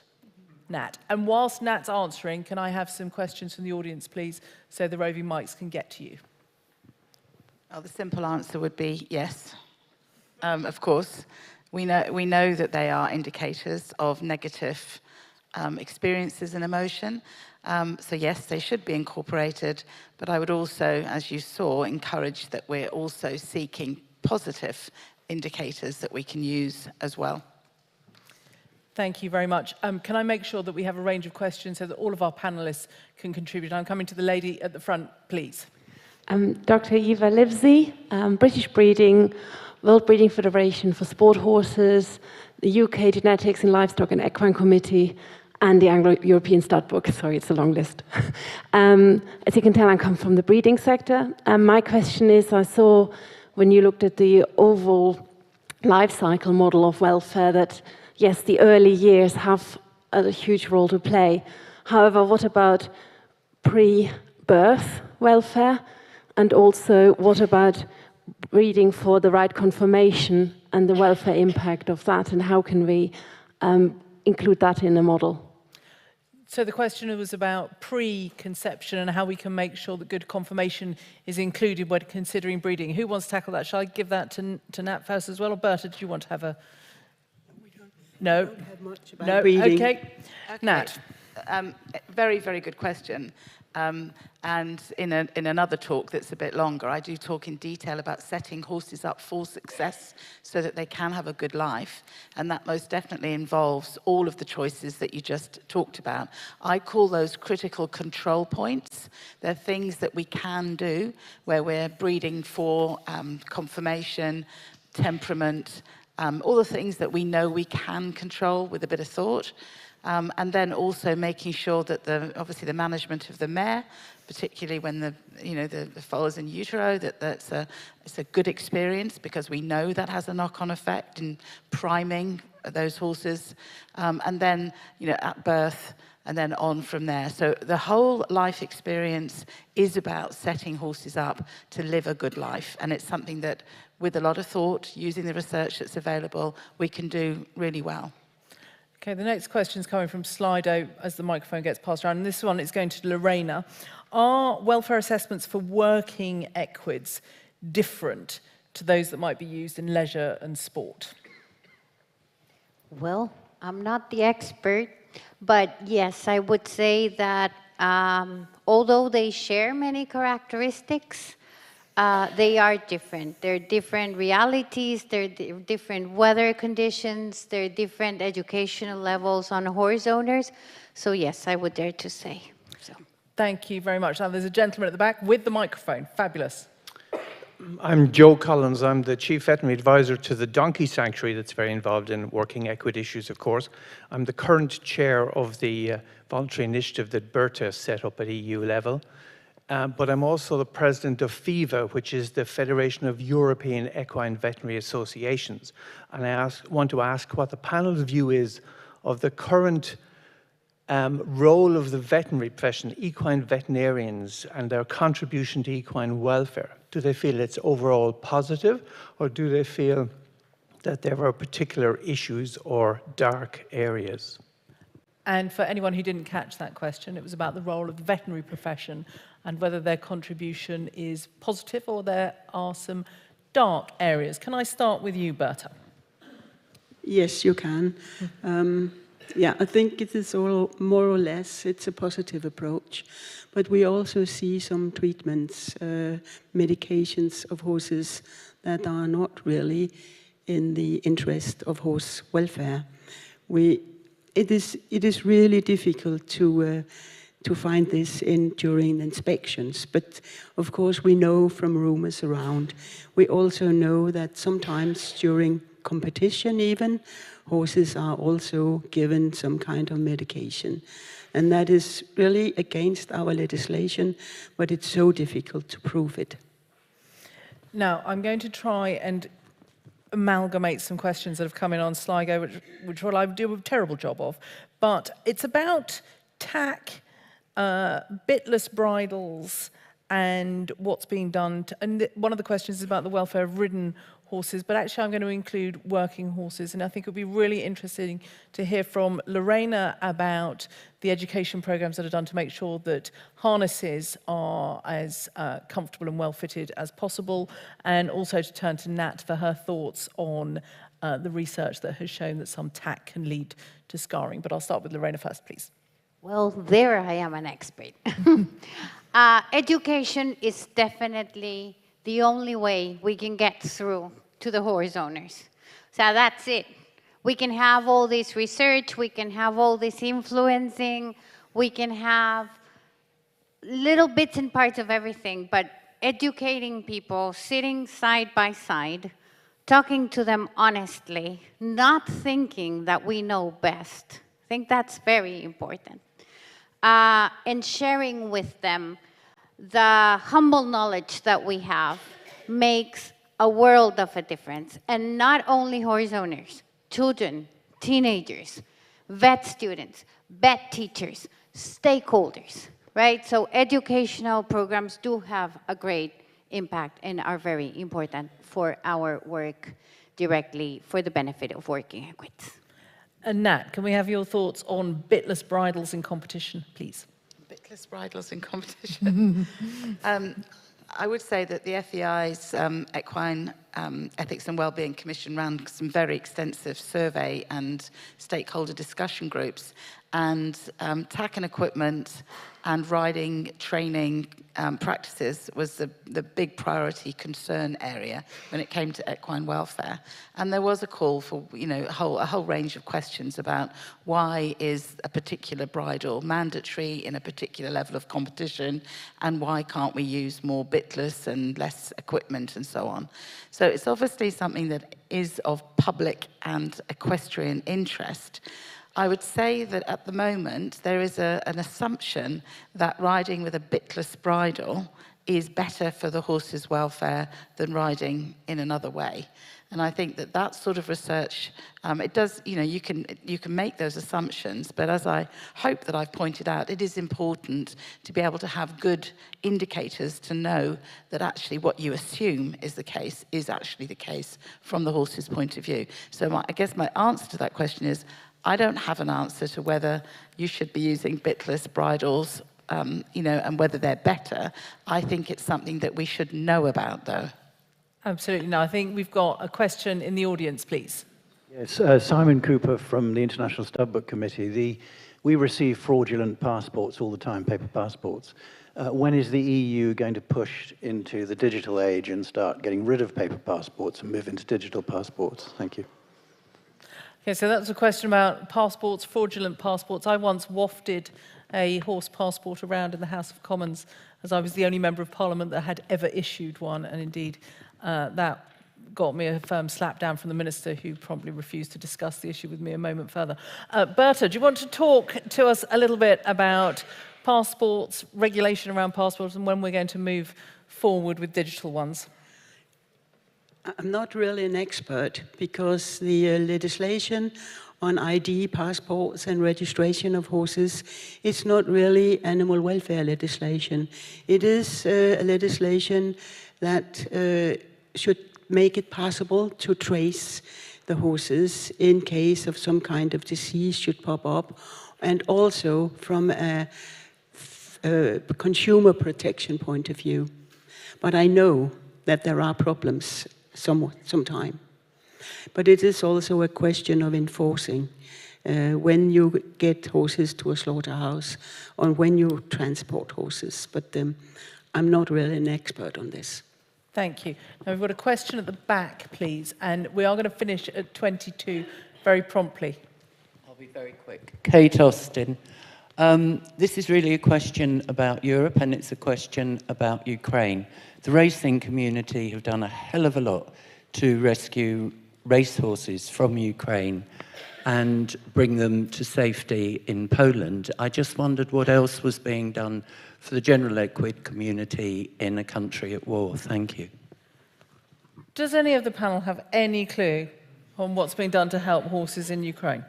I'm going to go to Nat. I don't have a complete clue, but I do know that there's a person here from World Horse Welfare who probably would be able to answer that question more smartly than we could, because I do know that there's work being done to support the equestrian community in Ukraine.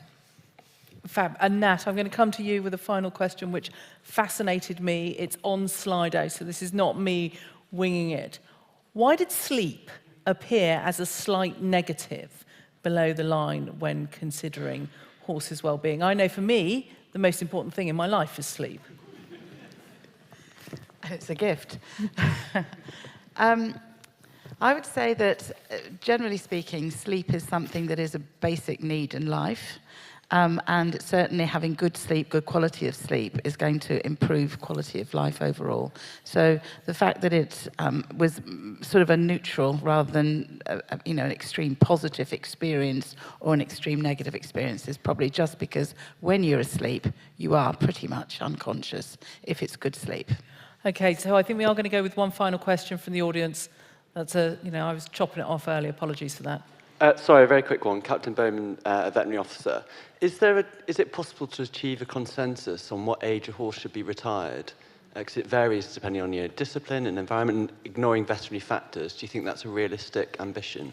So I'm going to have a quick flick along the panel, because I suspect Lorena's experience of what age horses should be retired will be very different. I tell everybody, apologies, you're not going to get a lecture from me. I tell everybody that my first pony came to me when he was 24. And he took me through Pony Club for years with much, much enthusiasm. There will definitely be different answers to that. But Lorena, you first, please. Well, I guess if we are actually able to monitor them closely, we will know. No scientific argument to that. But working horses do have a very challenging life. It depends on where they work, on what they work. Their economical activities that they contribute to are very different. Mining in Colombia is really tough. For example, it's uphill, downhill, 3 or 4 times a day. And I guess when you go and see them from a close perspective, it's very easy to know when they're ready for rest, right? So it really depends on what they do and where they are. Nat, from a scientific perspective, have you looked at this? I think it comes up regularly, and I would say that if you remember the diagram where I was promoting good welfare as being things that are above the line, I think that my answer to the question would be it depends on the particular horse. Some horses need to stop doing what they're doing and change earlier than others. Some horses, it seems, like your pony, will go on a long, long time, still enjoying a good quality of life, obviously with modifications taking into account things that they're not able to do anymore. Fabulous. Now, look, I'm sorry that the Q&A has had to be so cut short. Before you all head for the door for a much-needed coffee break, just a couple of things I'd like to highlight. The first one, we're building a word cloud, and so inviting you to share your views, preferably, impossible for me, using one word only, with a maximum of 3 words, answering the question, what do we need to do to give horses a good life? You can do that on Slido, and I think it's really important that you take part in that, but please do look at the Slido instructions in order to have more information. That's available both to you here in London and to those who are watching online. So please take part, and we can see that people are already, so that's fantastic. Secondly, go and talk to World Horse Welfare representatives in the Education Centre. Ask your difficult questions of them. They will be far more qualified to answer them than me, certainly. And finally, please, can you keep the conversation going on Twitter? I have played my part. No doubt there will be a load of Twitter hate out there because I'm not doing something else and I'm just doing horses today because, according to the world of the internet, it's all I care about. Can I thank our speakers this morning? You have all given us fantastic food for thought, some really eye-opening presentations. We are going to start again. I'm looking at Rowley. He's going to nod when I say 12:15. You'll get marginally longer for a cup of coffee. It has been really enlightening, but please be back in the theatre on your seats at 12:15 so we can start promptly and I won't be in trouble for it all running over time. Thank you very much.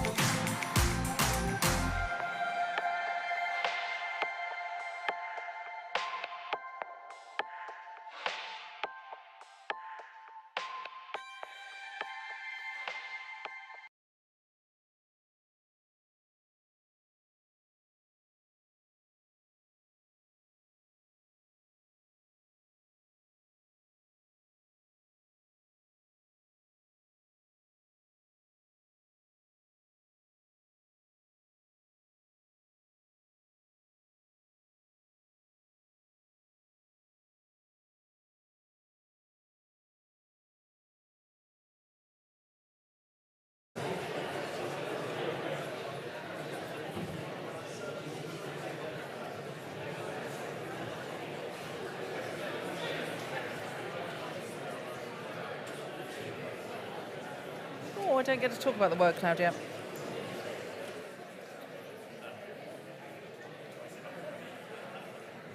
Welcome back, everybody. And it says here I have to ask you if you've all had a nice cup of coffee or tea. I think I'm going to say, have you all had something to drink? Go to the loo. You're all adequately caffeinated, which will make you much more lively for our panel later on. Now, I have to introduce our next two speakers. We firstly have Dr. Lisa Dickel, a researcher in ecology and animal welfare at the Swedish University of Agricultural Sciences. Dr. Dickel obtained her PhD in evolutionary ecology from the Norwegian University of Science and Technology, focusing her study on wild birds and honeybees, so very different to horses. She has a good understanding of the needs of all animals, however, and how they've evolved to enable them to survive and thrive. So today she's going to apply that perspective to horses. Lisa, over to you. Thank you.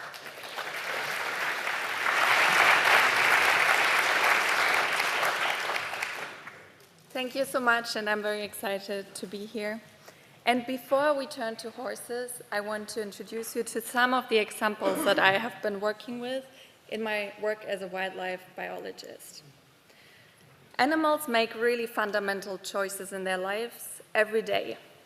And these are on different levels. Animals choose with whom to reproduce and whether to do so. They make choices about their movement, both on a small and large scale, sometimes even across continents. And animals make choices every day about the habitats and resources which they use. And these choices have fundamental consequences for both their evolution and their welfare. And how these relate and are connected was described recently by Saskia Arndt in the dynamic concept of animal welfare. This describes welfare as the ability of an animal to respond flexibly to internal and environmental cues. So, for example, to respond to whether they are hungry, whether there are any social cues that they need to react to, or whether they need to adjust the temperature that they are experiencing. And this will then both help to maintain their health and survival with immediate evolutionary consequences, but it will also affect their mental state and let them know how they are doing in their lives. And this describes then welfare as an evolved feedback mechanism that is directly related to all states and evolution of the animal. However, now let's turn to captive animals. Captivity limits opportunities of animals on many different levels and in different ways. And here we can think about the selection and inbreeding which we are practicing in order to achieve specific traits that are in our interest. We restrict animals' movements and thereby define their habitats and social groups. And we also choose which resources they have available and how we present these resources to the animal. And now we can wonder whether there should be any welfare consequences of these limited opportunities. And I really started to ask myself this question when I had the unique opportunity to observe the consequences of abundant choices as I was observing free-ranging cattle in Norwegian forests for an entire summer and was able to observe their behavior and lives. And this gave me a very novel perspective on an animal that I was so used to seeing behind fences and inside barns. These cattle had really rich social lives with individual and strong bonds. They showed long-term goals and memories, and they knew how to keep themselves safe and make informed choices in their environments. So this really broke for me this dichotomy between opportunities and choices for wild and domesticated animals. And we do know that welfare improves throughout a lot of taxa across a lot of species with increased opportunities to make choices, as was also described in this recent review. However, the authors also noted that there was really a lack of studies for especially domesticated and companion animals when it comes to choices, while most of these studies were focused on captive wild animals, where this is much more perceived as a problem. And this is what we want to address within a project called LIFT, a cost action funded by the European Union, which aims at laying the foundations for positive animal welfare in farm animals. And here I'm co-leading a sub-working group on choice and agency, which has the aims of making choices and agency measurable and meaningful in a farm animal context. And I want to show you one aspect of our work which focuses on the meaningfulness of opportunities for animals in these contexts. And things we are thinking about are on these different levels. First of all, we are wondering whether something is meaningful for a species as a whole, so whether it is ecologically meaningful. But then we also need to think about the individual and whether opportunities match their skill levels and whether they match their current states and preferences. Finally, we can also think about that sometimes animals might have preferences that might not occur or might not be preferred by us humans. And now we see this wonderful example of this pony choosing to access water that is under the ice rather than choosing the water that is provided, which has been heated just a few meters away.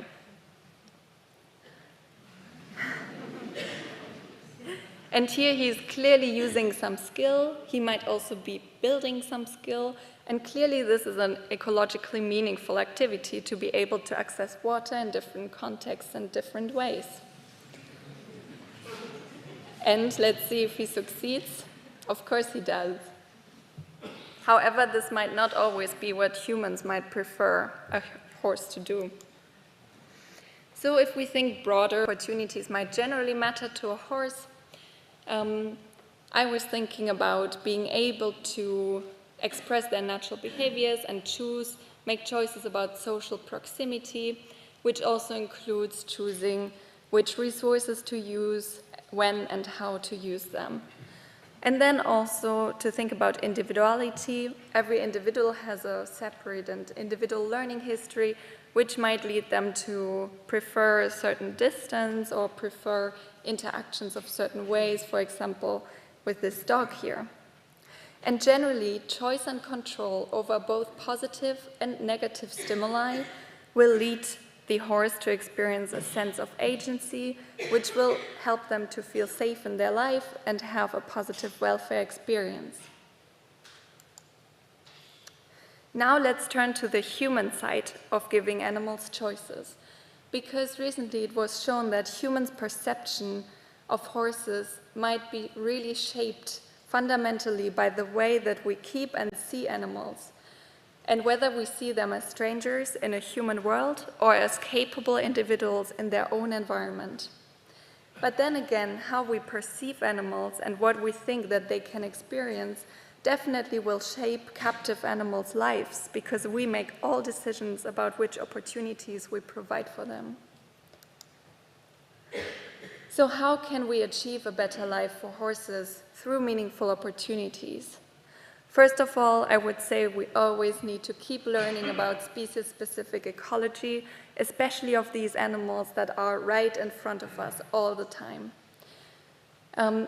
Then we also need to ask animals what they want and need, as already many of the previous speakers have pointed out. And to do so, of course, we need to keep improving our ability to understand their body language and be able to respond to this body language appropriately in order to have conversations with our horses. And this video here shows a beautiful example of this animal being able to make a choice to drink while being out on a ride, despite a person being on their back, due to their ability to communicate with each other. And now I would like to close my talk with a further definition of animal welfare by Irene Kamerlingh, which includes very much us, the human caretakers. Animal welfare is a societal concept that evolves with human knowledge and humans' acceptance of animals' capacity to experience and perceive. And with that, I would like to invite all of us to remain curious about what animals experience with which we are sharing our lives. Thank you so much.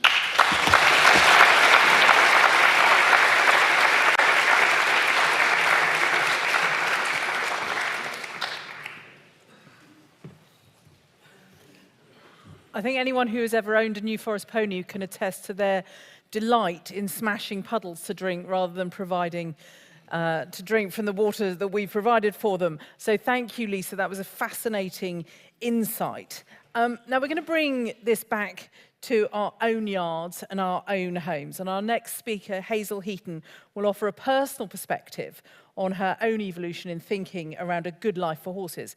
Hazel owns and runs 9 acres in Norfolk, a reward-based training and livery yard.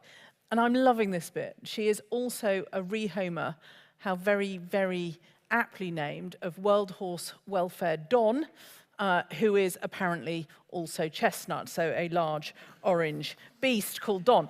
Thank you, Hazel. We're very much looking forward to hearing from you.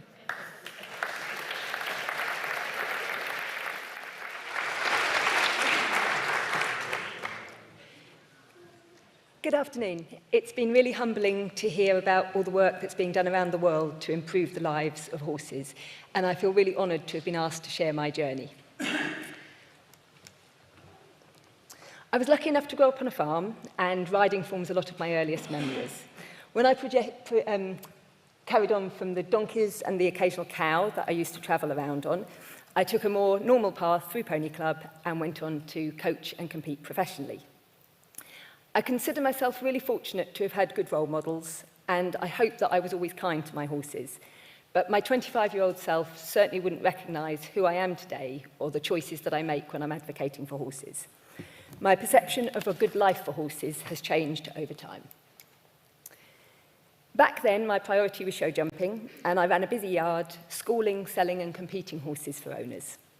I always really enjoyed working with the horses that nobody else wanted to take on, and I had a subjective amount of success with those. But it was when I stumbled across Clogs, or Donnerstorm, that I got a chance to produce a talented and straightforward horse, and really enjoyed competing him.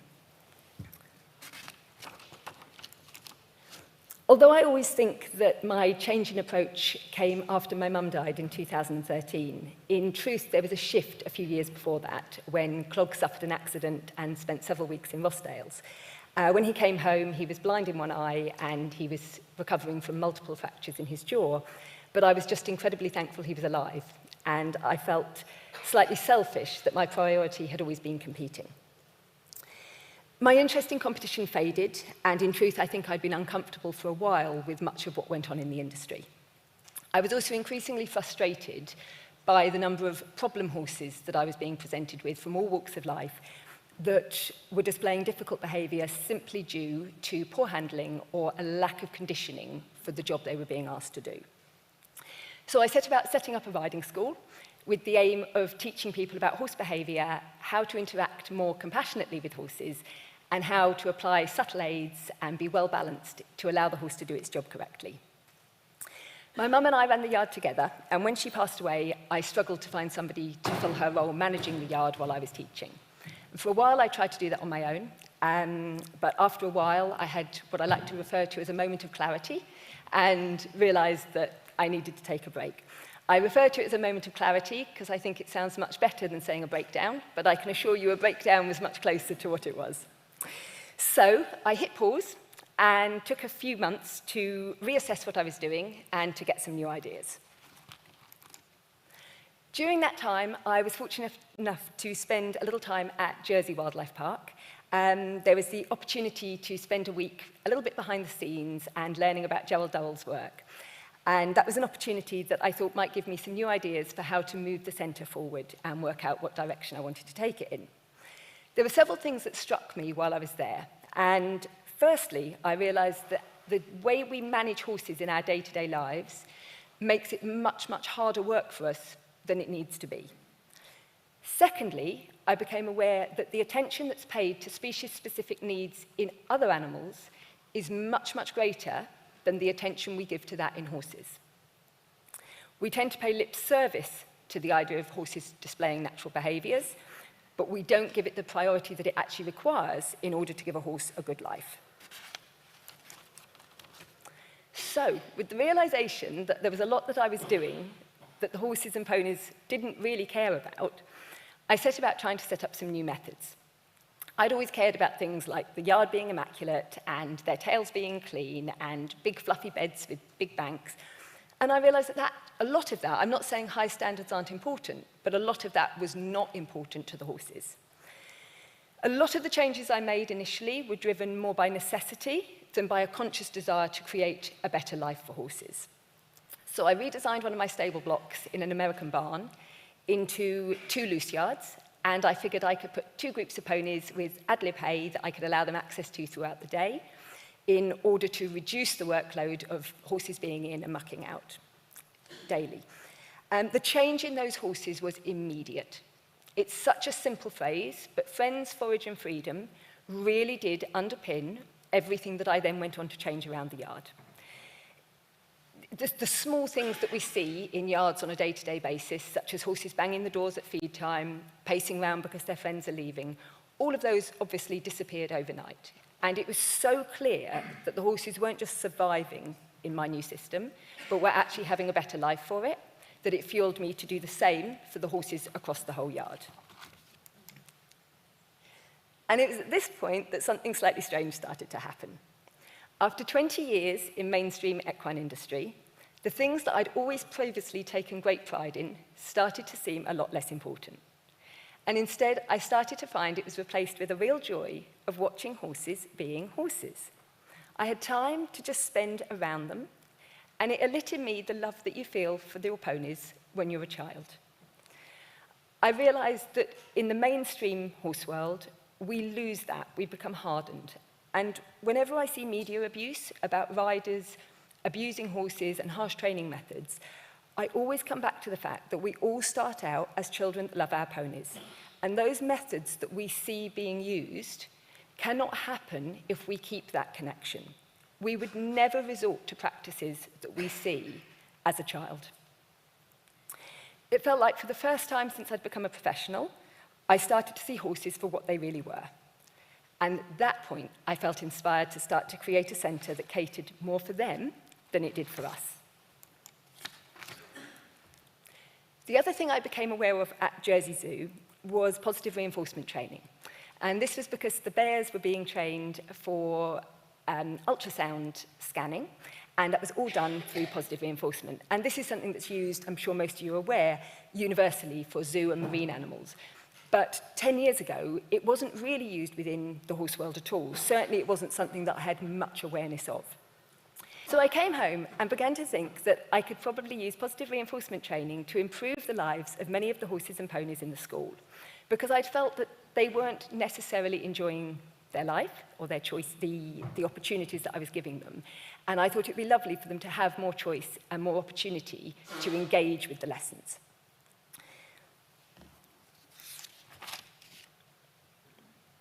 In preparation for today, I've mulled over what it is that I believe allows me to give a better life to horses now than I did when I was a more mainstream, normal professional. And I realized it's come down to listening and acting on what the horse needs. To give you some really brief examples, we get a lot of horses coming into the yard that have never really been socialized. They might be referred to as being dangerous with other horses or aggressive. And I've set up an induction barn where the horses can be put with a companion and safely introduced to other horses, and they can learn those normal behaviors such as grooming, feeding together, grazing, side by side until such point that we feel there's a suitable bond for them to be put out together. For the horses that perhaps gain weight too easily, I have a perimeter track. It's very basic, very simple to set up, and so they have access to hedgerows and constant movement, rather than being confined to a small area or even into a stable. For horses with issues, for example, such as separation anxiety, we would consciously pair them to a horse that is not going to be removed from them. And then we would start to work on changing that behavior and giving them the confidence that the horse can be removed from them. And we would do that slowly and gradually. I also try and provide enrichment, and sometimes that's as simple as simply letting them through to a new area, so they have somewhere new to be, different things to smell. I think, in truth, much can be done to improve the life of many horses if we simply observe and listen to them, rather than believing the way we've always done things is the way we should continue. Fortune favours the brave is my go-to expression for life. It's never been more true than it has in the last few weeks preparing for this. So, I'd like to introduce you to fortune and favour. I'd not planned to go shopping, but it turns out that the internet is a very dangerous place, and these two showed up. They're from the same breeder, local to me, responsibly bred, suitable parentage, and there were several other deciding factors for me, one being that they were already together. For me, buying one foal would never have been an option because I think the improvement in the quality of their life by having a genuine herd environment is huge. So that was a huge help. They've also virtually unhandled, which is something that I very much wanted to do, to show the process of something that has never been touched and work through with positive reinforcement all the way through to hopefully competing. And the final deciding factor for me was that the owner has allowed me to have the mares with them for the winter so that we can offer them a natural weaning, which again was something that was hugely important to me. The equestrian world is at a point of change. 15 years ago, I would have strongly defended much that we see going on in the equine industry. And I would have assured the public that most leisure and competition horses have a good quality life. But my journey over the last decade has shown me that much of what we perceive as a good life for horses is misguided and is far more convenient to us than it is about offering a good life to them. Standing up for horses and challenging the beliefs I'd held as a competitive rider hasn't always been easy, either within myself or from some of the comments that I've received from outside. But it's a journey that I am so grateful to have travelled on because it has taken me back to a place of loving horses for what they truly are. If I can share one thought for the equine world in building a good life for horses, it is that fortune favours the brave. Thank you very much.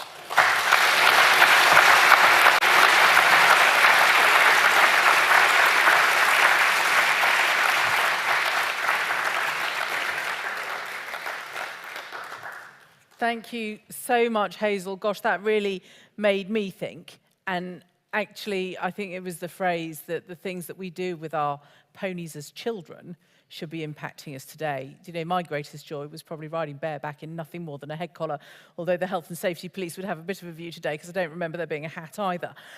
So we've got another question and answer session coming up. I've managed to trash the Slido, but I'm going to make it work. Panic not. So please, can we have questions from the audience for both Lisa and Hazel? And the instruction is very much as before. I think we've got 10 minutes for this. Short questions, short answers, please. And can I just say a huge thank you to Rowley for making sure that we've done so well on having such a gender-balanced panel on every occasion today. Right, so the first question, and ladies, there's a microphone for both of you. The first question I am going to take from Slido. It's all a bit dodgy at the moment. I don't know what I've done to the screen. But I'm going to start with you, Hazel. How can we give our horses choice when they're on a livery yard? Oh, that's a great question. Hold it right up to your mouth to speak. Okay. That's a great question. I think a lot of that comes from encouraging livery yard owners to see the options that are available for them, and I suspect that that choice will become easier. Can you hold that closer? But they think they can't hear you. Is that okay? Yeah. Yeah. Really close. I think the answer to that is power in numbers, and I think the more people that request a more horse-friendly livery yard, the more livery yard owners will be inclined to see that change happening. Thank you. Right. Those of you in the audience, if you have any questions, put your hands up and the roving mics will come to you. Did you want to add anything to that? No? Okay, no additional comment. I don't know what I've done to it now. Okay. We might think that we are giving our horses choices, but how can we know that the choice that we give them is meaningful or good enough? Lisa. Thank you. I think in the end, then it comes back to what Natalie talked about before, about welfare indicators, to see how the animal actually perceives whatever we are offering to them. Yes. Okay, I'm watching a microphone on the move, I think. Hazel, did you want to add to that about knowing that choices are good enough? No, I think that is exactly it. I think we have to observe the horse and know horses as individuals and go from there as to when we know that we've achieved a good balance. Thank you. And did I see a mic go across the middle there somewhere? Yes. Yes. Hi, it's Ruth Dancer from White Griffin Equine Environmental Consultancy. I had a question for Hazel. It was lovely to see and hear about the way that you changed the environment for horses to give them new interest. And I noticed some images with hedges and trees. And I'm curious in your journey how much you have changed the green environment, as it were, the nature-based environment, and if you've learned anything along the way in how horses respond to that. So for anyone who didn't hear, that was a question about the hedges that we saw in Hazel's pictures and what the relationship her horses have with nature has changed about the way she thinks about things. That's a great question. Is that okay? Yeah. It's a great question, and the short answer is that at the moment it's still quite early days with that. I've planted new hedgerows, and I can see the benefit that there is already, and I know that that will certainly increase over time. I definitely think that diversity is something that we need to build into any of these sort of topics. Okay, I'm going to go to another question that's been edited on Slido, so this has had an upgrade. Should we revisit the language we use to describe perceived negative behaviours of horses? Do we need to talk about things differently? And I might go to Hazel first and then to Lisa.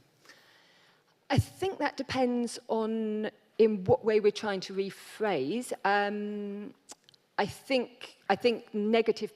Sorry, what was the question? Well, let's see if we can analyse this. Do we need to revisit the language we use to describe perceived negative behaviours? Okay, yes, in that case, I think we should be revisiting, because what I think that's asking is, when we discuss horses being naughty or difficult, should we be changing that terminology? And my answer to that would absolutely be yes. I've yet to meet a naughty horse. Every horse that comes through the Fresh Start scheme has a reason for that behaviour. And I think addressing them as naughty is very, very unhelpful. Lisa. I very much agree with what you said, Hazel. And to add, I think also we need to expand the ways we are speaking about animals generally. There was one study that I used in my presentation by Sonia Koski that showed how limited emotions people ascribe to horses, and that not all people see horses as agents in their own life, but very much as passive objects that are sort of utilized. And I think there can language change will be able to change a lot of how we are thinking about animals in the long run. We've got a question from the floor at the back, please. Barbara Young, member of the House of Lords and chairman of the Royal Veterinary College. I was really interested in Hazel's account of her journey. Tell us what your business model now is, because it's obviously very different from the one that you started from. How do you earn your money these days is basically what I'm asking. That's a great question. So, in truth, I've found no shortage of clients that want to be more aware of their horse's behaviour and the reasons behind it. From the riding school perspective, I've actually faded out ridden lessons, purely because I found with the positive reinforcement work, the horse's choice was not to take part in ridden sessions. But what I would stress on that is I think a riding school environment is very, very hard for a horse, especially an older horse that's probably had a slightly soured life, to then be actively wanting to take part with a variety of different riders.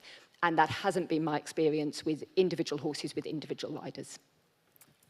We've got a fascinating question has come in on Slido, which was my instant instinct when I saw the pictures of the open barn, Hazel. Do you see increased injuries? And is that something that we become unnecessarily worried about when having that sort of system? So I don't see increased injuries at all, actually. There's obviously the occasional things where horses do interact, and you might have the occasional bite mark, but I've certainly not had significant issues with it. So no, it's not something that I find I need to be concerned about. I'm obviously careful with which horses we introduce, and we use our induction barn a lot with any horses that are unknown to us. And I'm just trying to see if there are any more questions from the floor. Hands could go up quickly. No. I'm going to give it a last question from Slido, and this is going to go to Lisa. So, do you think that there is a difference between the way people outside the horse world perceive horses than the way those of us inside it do? Oh, that's a very interesting question, I think. And as you maybe can imagine, I'm very much a person coming from outside the horse world.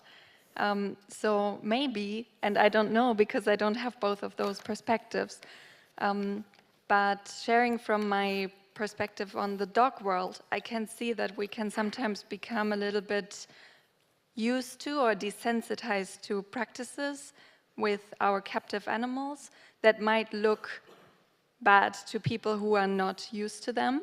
I think that relates back to what you said before about the children's perspective on how we interact with animals. So I think there is a difference, and I think it can be really beneficial to talk across stakeholders of different species and to sort of align this process towards better welfare. Thank you, both of you. I think that's been a great insight from both of you over the course of this morning. Now, look, we've got to have some rearrangement up here going on. I'm going to hand over the Slido. I cannot tell you the relief with which I'm going to do that. I'm going to hand over to Nick Powell, sports editor of Sky News, who is going to conduct the next panel session with some absolutely fascinating guests. I'm going to leave the tablet here and run so you can all have some different voices.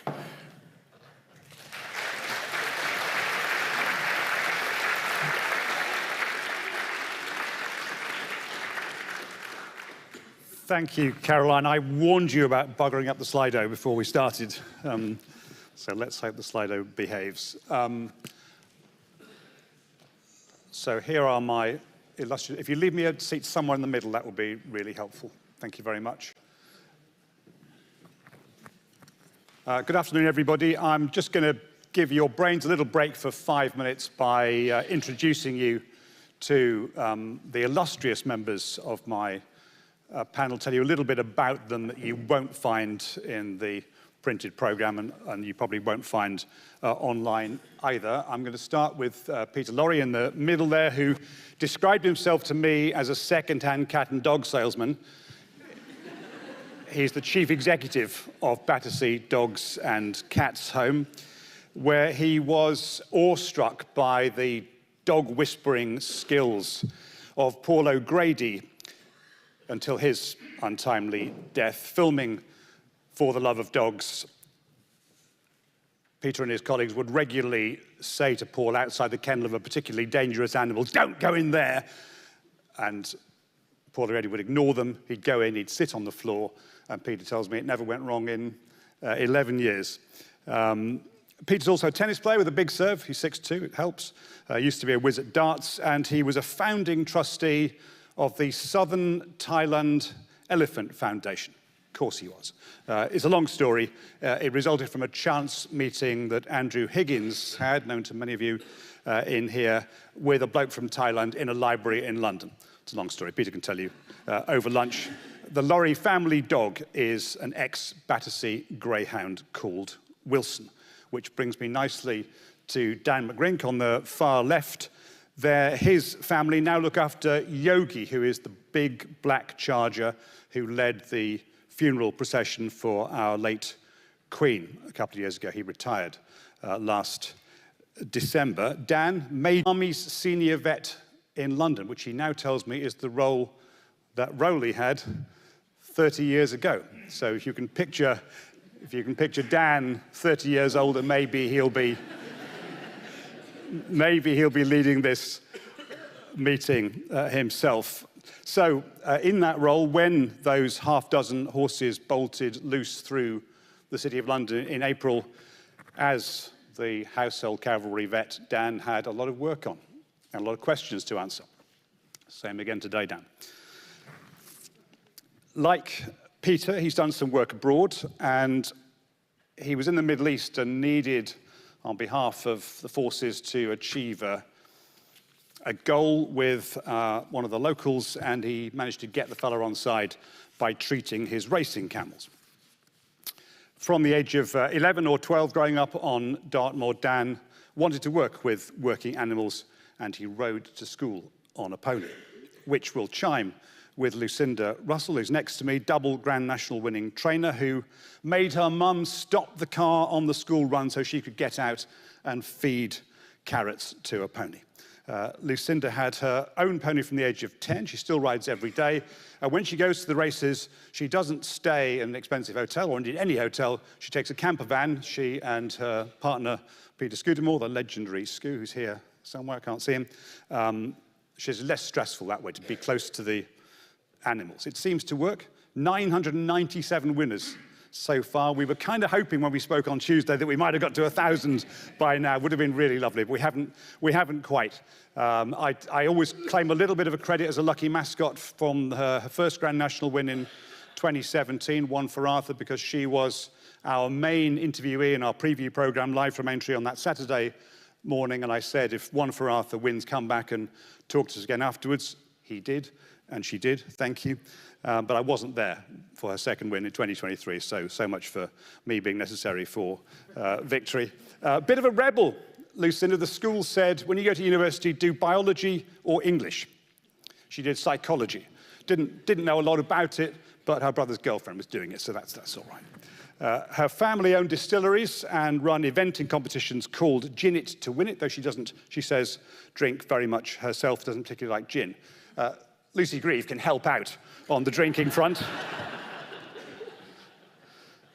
She told me I could say this. Former president of Beaver, for those of you who don't know, although it seems to me like pretty much everybody in the room does know her.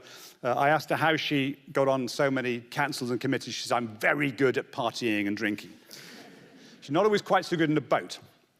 She was out on a Hobie cat with her kids last summer. Suitable for children, it said, indestructible.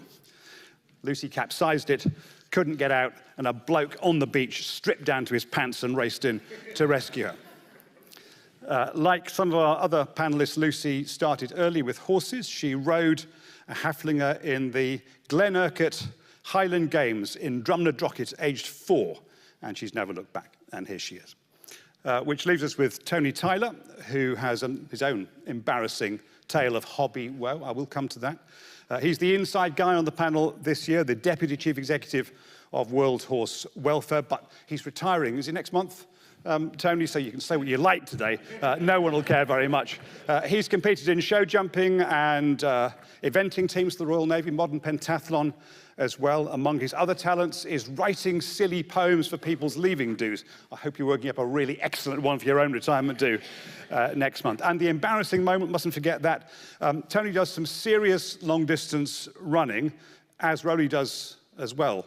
By the way, it seems to be almost essential for the upper echelons of World Horse Welfare. Mum, if you're watching online.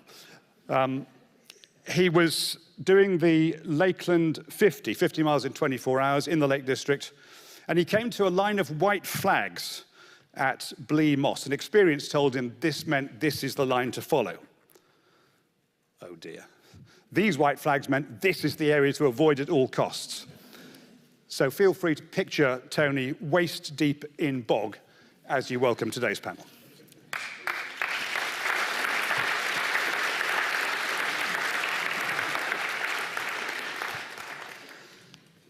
So we're going to split this into 3 subject areas. It's 3 minutes to 1. Rowley, when do you want me to finish? 5 to 2. 5 to 1 would be impressive. That's with me tomorrow. And we'll take some questions both on Slido and in the room after each of those 3 sections. So I'm going to start with Peter, if I may. The first question is, what learnings, if any, can the equine sector take from other animal sectors to help ensure a good life for horses? Peter. Thanks, Nick. the starting point for all of us, of course, is that all animals deserve a good life. But I think as we've learnt this morning, how that's provided and what it even means has really evolved quite dramatically over the years. And my sector, the companion animal sector, is no exception when we've seen that change. So I was thinking ahead of this session, what would be most helpful, perhaps just to share some perspectives on how the provision of a good life for the 400 or 500 dogs and cats that we have at Battersea at any one time has changed over its 164-year history. And probably one of the biggest changes in that time has been the housing of our animals. And we've rebuilt all of our animal accommodation pretty much over the last 20 years. And we've done that in line with new best practice and the latest science. But we've also injected into that opportunity for our dogs and our cats to make choices. And I was really struck by what has just been said in the two sessions that precedes this one. The importance of choice, for me, is critically important. I would go as far as to say that you can't provide a good life for an animal if you don't allow it to make some degree of choices on a day-to-day basis. So for our cats, we allow them to hide if they want to. We allow them to interact with our staff and our volunteers if they like to. They can choose their diets, they can choose their bedding, they can choose which toys to play with. So that element of choice is really key. A second big change has been the emphasis on enrichment. And if you think, if you're a pet dog, you're going to spend most of your time probably in your owner's house. And if you live your life craving the daily walk as the only source of positive experience in that 24-hour period, it's probably not going to be as positive a life, as good a life as we'd like to see it. So we work really hard at Battersea to ensure that our dogs and our cats as well enjoy their time in their kennels and their cat pens. Of course, our dogs go on walks, they go into paddocks, but that in-kennel enrichment is really, really important for us too. Third big area of change is training. We've moved right away, obviously, from negative training. I mean, I've got a pretty awful picture, actually. There's a drawing on my desk at work, which I looked at the other day. It's about 150 years old, and it shows our dog keepers back then walking around Battersea with whips, controlling unruly dogs. And I probably shouldn't mention the whip in this audience, but you wouldn't see that now, clearly, at Battersea. We have moved to positive reinforcement and giving the opportunity for our dogs in particular to learn in a positive, fear-free way is not only more effective in modifying behaviours, but I think it's critically important for their mental stimulation and that mental health that we talked about in the context of a good life overall. And my final thought is, links back to what Nigel said right at the very start. At Battersea, we look after our animals for about 30 days on average. That's their sort of average time in our care. And of course, we want to provide a good life for every animal during that time. But we're also mindful of how can we influence the lives of animals before they come into us? How can we influence the breeding, the sale, the choices people make when they're acquiring their pets to help them get it right and help set those animals up for success? But also, we've got a really important responsibility when we rehome 5,000 odd dogs and cats a year to ensure, as far as we reasonably can, that they're going to go on to enjoy a good life. So you can look at good life at a moment in time, but I think it's also really important to look at a good life across the whole lifetime of an individual animal as well. Thank you. Since you mentioned Nigel, just for those of you in the room much too young to know, Nigel was also Nigel Payne, a Grand National winner, winning owner in 1998 Earth Summit for Carl Llewellyn and Nigel Twiston Davis. Tony, do you look from the Equine Centre outwards to see what you can learn from other animal areas? Absolutely, and certainly the dog side of things is one where probably the understanding of learning theory has been in advance of ours. It's something that we're trying to incorporate at our yards nowadays, and I do believe that there can be much better understanding of that. Do you see active gains from that attempt to learn? I think by using learning theory correctly, you'll see far less resistance from your horses. You'll see that the animals progress in a much more relaxed way, and ultimately you'll see a better end result, yes. Lucinda, do you look outwards at what you can learn from other animal sectors? Oh, always, yeah. We learned a lot from pigs, actually, because in the housing of our racehorses, we looked at the research that they did into pigs to see how pigs would thrive the best, and we use a lot of their. They have three things: they have to have good ventilation, they have to have a dry situation, and they have to have daylight. And so when we built a new stable block last year, we made sure that there was plenty of ventilation, which is quite easy in Scotland because we've got a high wind force. So we just put slits in the walls and made sure that they were dry, made sure that there was a lot of daylight. And I think that's something that's very important. Obviously, we would love to keep them outside all the time, but it's not practical in Scotland, and it's not practical with the racehorses, but I'll speak about that in a minute. How did that work? Did you pop round to a local pigsty for that information? No, it's all online. That's what I feared you were going to say. Yeah, they do studies into pigs, and we shouldn't really talk about eating animals, but they wanted to do a study to find out how quickly they could get the pig from birth to being heavy enough to eat. And while that's not something that we're exactly doing, but they did find that, and I think pig farming especially is something that has changed a lot and could even change a little bit more. But yeah, so looking at other animals, in answer, yeah, definitely. Lucy, what can the equine sector learn from other sectors? Yeah, I think a lot of the research, as has already been said, is done outside of the equine sector, but we're catching up, hopefully, and seeing more and more done now. And I think it's important to draw information from those other sectors, but not to extrapolate directly, because, of course, every species has its own needs and differences. But I think we must be part of the conversation in a wider sort of scope, if you like, in order to direct us in the right direction. So do I detect from what you said that there's an element of the equine sector needing to catch up here? Yeah, I think so, and I think we are doing what we can, but it's a case of habits changing, isn't it? And I think I see an awful lot, particularly in the veterinary side, a lot of owners that just have done what they've always done, and they don't want to change the way they do things.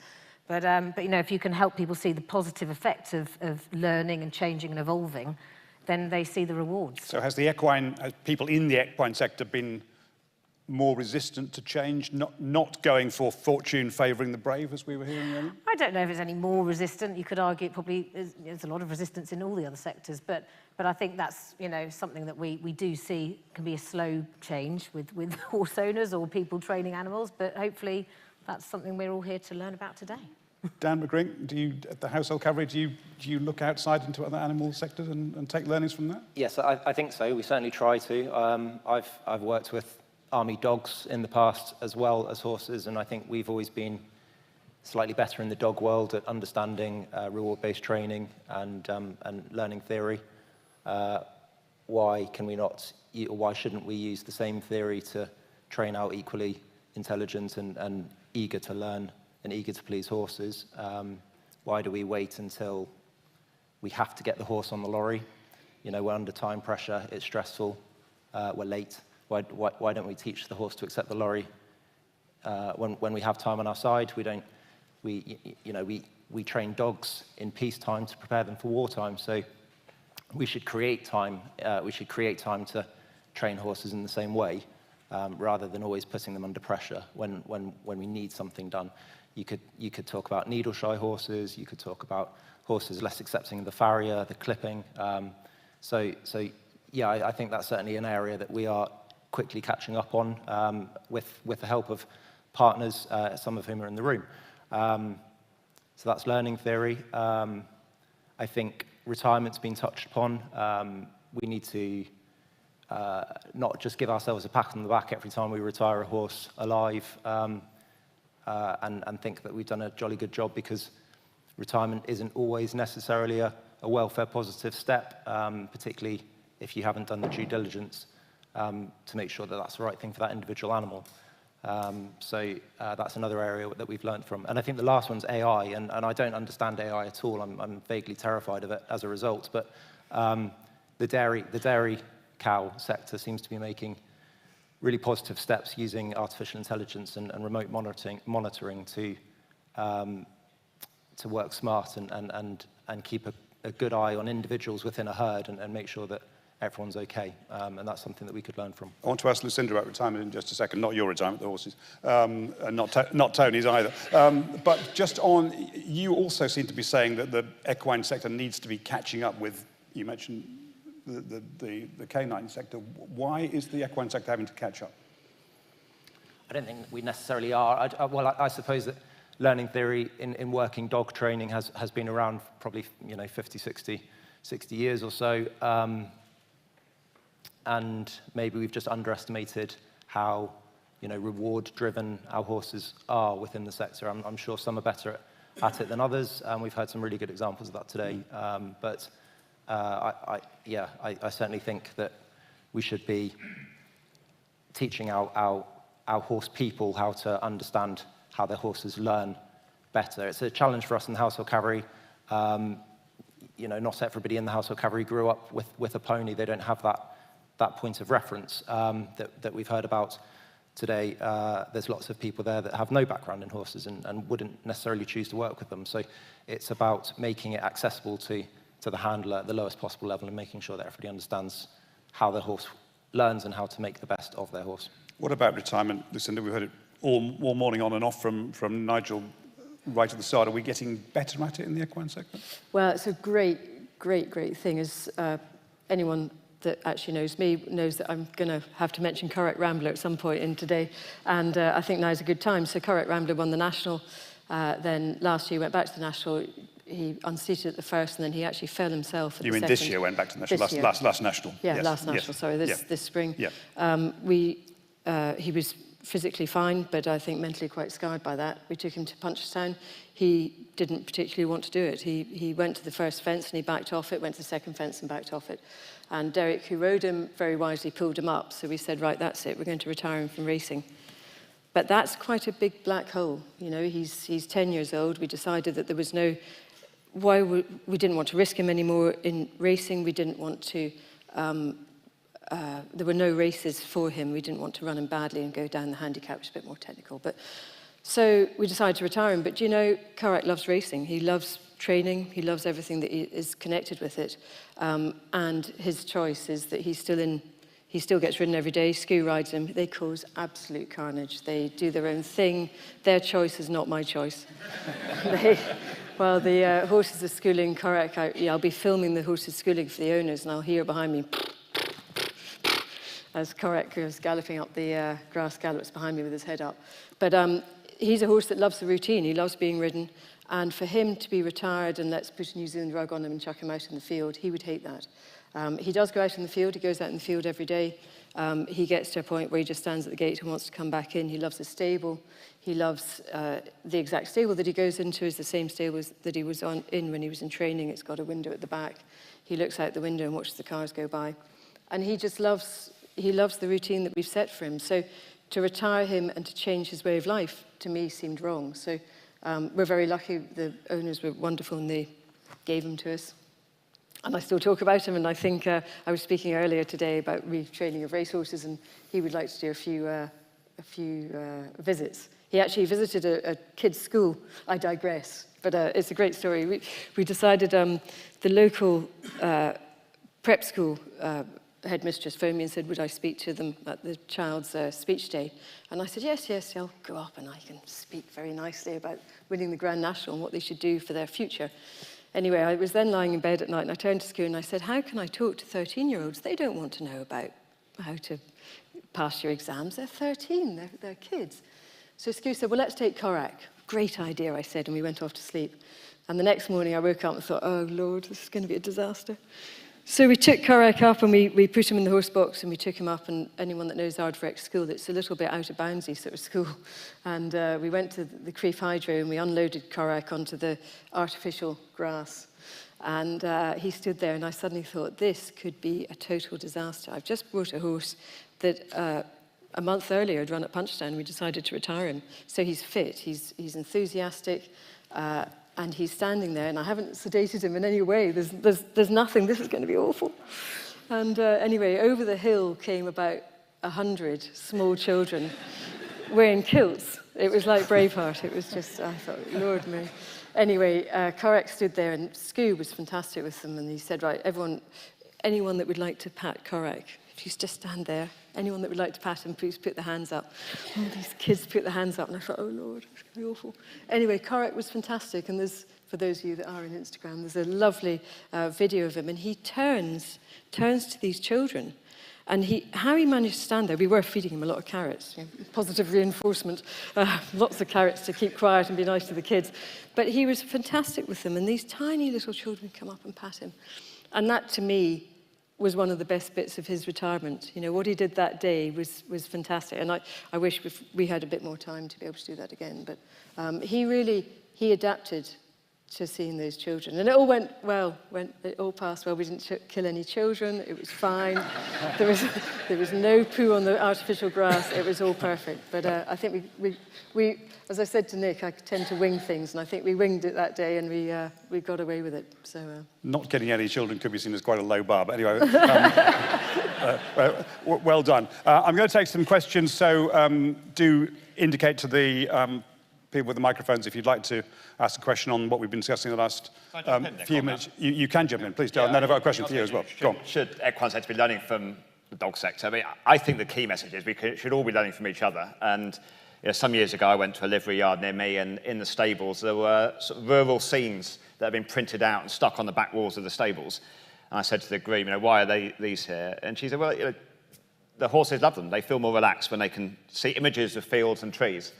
And I thought, I'll take that back to Battersea, and in some of our kennels now, we've got rural scenes at the back wall. Does it help? Does it make any difference to our dog's life?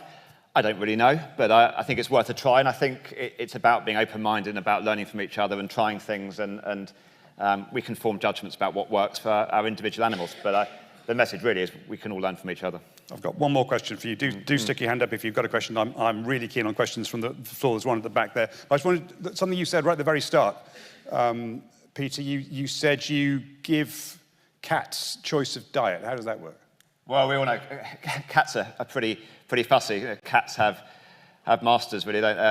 Servants, I should say, and dogs have masters. But yeah, cats know what they like and what they don't like. So we mix it up. We give cats a choice. We give them a choice of foods and let them decide what they prefer to eat. If your animal's not eating in a rescue environment, you've got a problem. So we go out of our way to satisfy our cat's expectations, and it may mean we have to go down to Sainsbury's and buy some unorthodox food. But yeah, cats will tell us what they like. What's the most unorthodox? Well, tins of sardines are, you know, the old school way. But corned beef for dogs. Dogs not eating corned beef, we've got a problem. Thank you. There was a question. Somebody at the back there. Thank you. Gemma Pearson from Horse Trust and University of Edinburgh. And it's a question for Lucinda, because I was given a lift to entry by Eugenio, her vet, on Sunday night, and he told me how he was asked to go and look at a horse, and he said, I've not heard that name in a couple of years, and she said, no, we rehomed him after racing, or her, I can't remember which. And I think it was about 10 years later that the owners then couldn't continue to care for this horse, and Lucinda has taken that back into her care, which I think is very admirable. But I wonder if you want to comment on the responsibility when we're using horses for sport in looking at an entire life well lived. Oh, yes, I totally agree with that. I think as soon as we engage with the horse, we're responsible for it. You know, they rely on us for so many things. And we're very lucky in racing. Because the owners spend a lot of money on the horses, and because they are able, so for example, so you're from Edinburgh University, we use you a lot.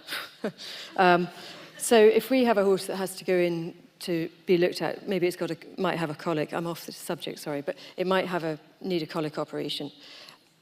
I phone the owner. I have never, ever had an owner say to me, oh, I can't afford it. I've never, ever had an owner say to me, how much is it going to be? They all say, yes, do it. Now, before that, in a previous life, I looked after just event horses and other ponies and stuff. And people would say to me, well, how much is it going to cost? And therefore, the welfare was taken on a cash basis, which I understand some people can't afford it. But in racing, it has been phenomenal. And I include some of the top owners whose colours everyone here would recognise, that even with a horse that wasn't going to be a very good racehorse, they said, yes, give it a chance. And they have a responsibility to the horse. And I think that's something that we have to keep going. I'm just a bit soft in that a lot of our horses, even if we sell them, we always say to people, as soon as they take them away, look, if it doesn't work for you, bring them back. Because there's no point in a horse going away and having a miserable time and the owner's being miserable and then they berate racing, they berate me. So we will always take a horse back. And then we try and find a better home for them. In all the time, I mean, I'm training 150 horses now. I started with 10 and I've been training for 30 years. So I've had a lot of horses go through my hands. I've never, ever had to put a horse down because it wasn't suitable for rehoming. I have put horses down because physically the vets have advised me to do it, but I've never had to do it because I thought that it was the end of its time or whatever. And I think that's something that we as a sport, you know, we're very lucky in racing. We've got a huge amount of money within it. We've got a lot of people that are willing to spend money on their horses, and we should abuse that, frankly, and make sure that they look after the horses in the correct way, even after they've come out of racing. Okay. Jess Stark, if you're around, so I'm not convinced that Slido is working properly because I'm not convinced that the moderating process works. So Jess, if you could possibly pop up and have a little look at the Slido, I'd be grateful. Anybody else on the floor? There's a couple here. If we get some microphones along there, and then we'll move on to the next question. Yes. Hello. We've touched on livery yards and choice and how horses are kept.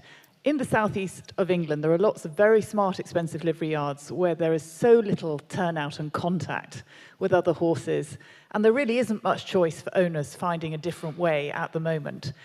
Are there any easy wins from the sort of ideas and information that's been discussed today? So, yes, there are sand turnout paddocks and so on, but are there things that we could quickly look at and explore, like more contact with other horses, turning them out in groups, giving them barn accommodation with somewhere to lie in the corner?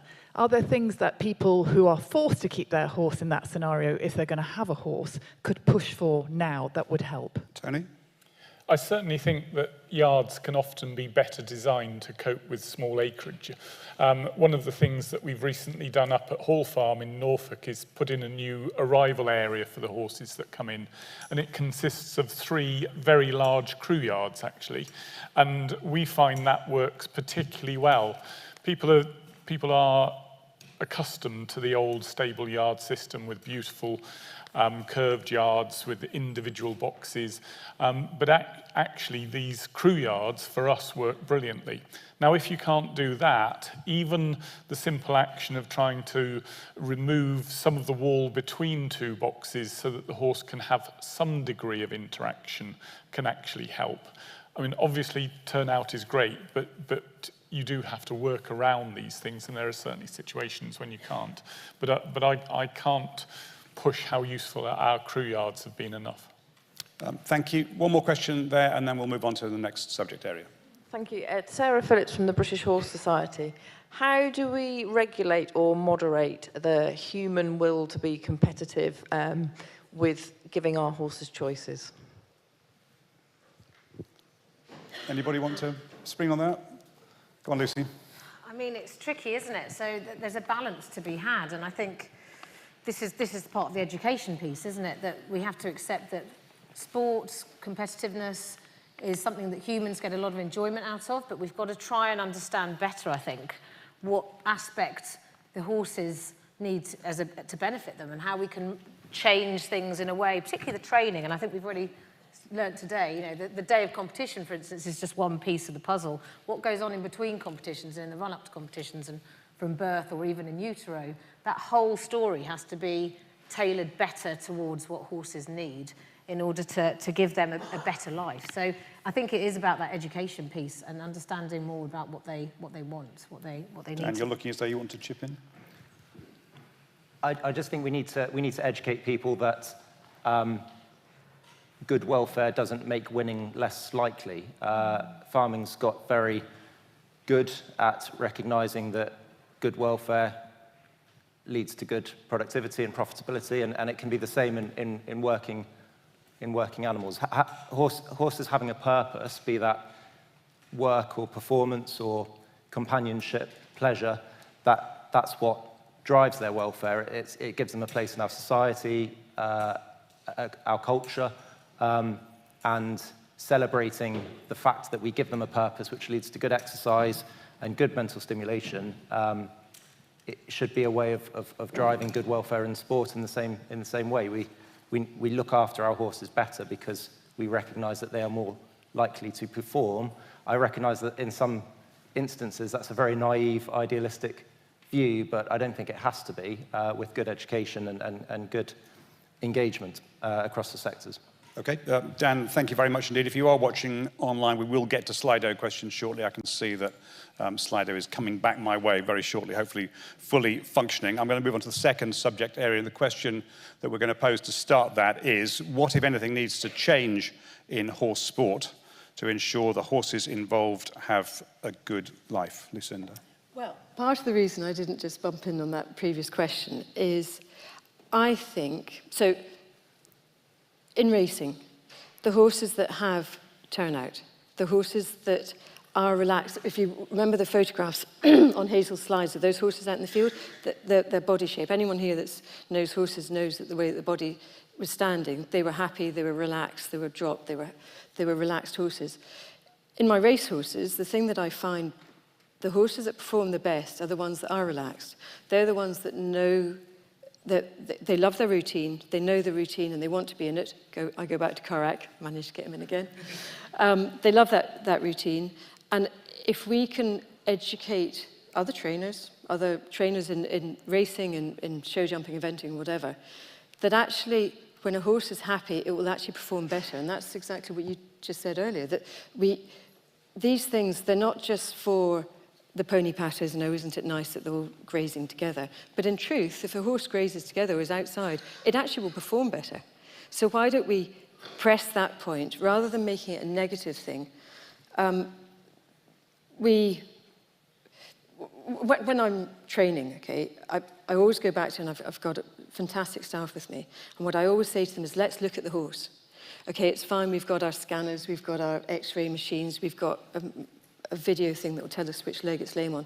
If we as people can't look at a horse and tell that it's lame, we're failing them.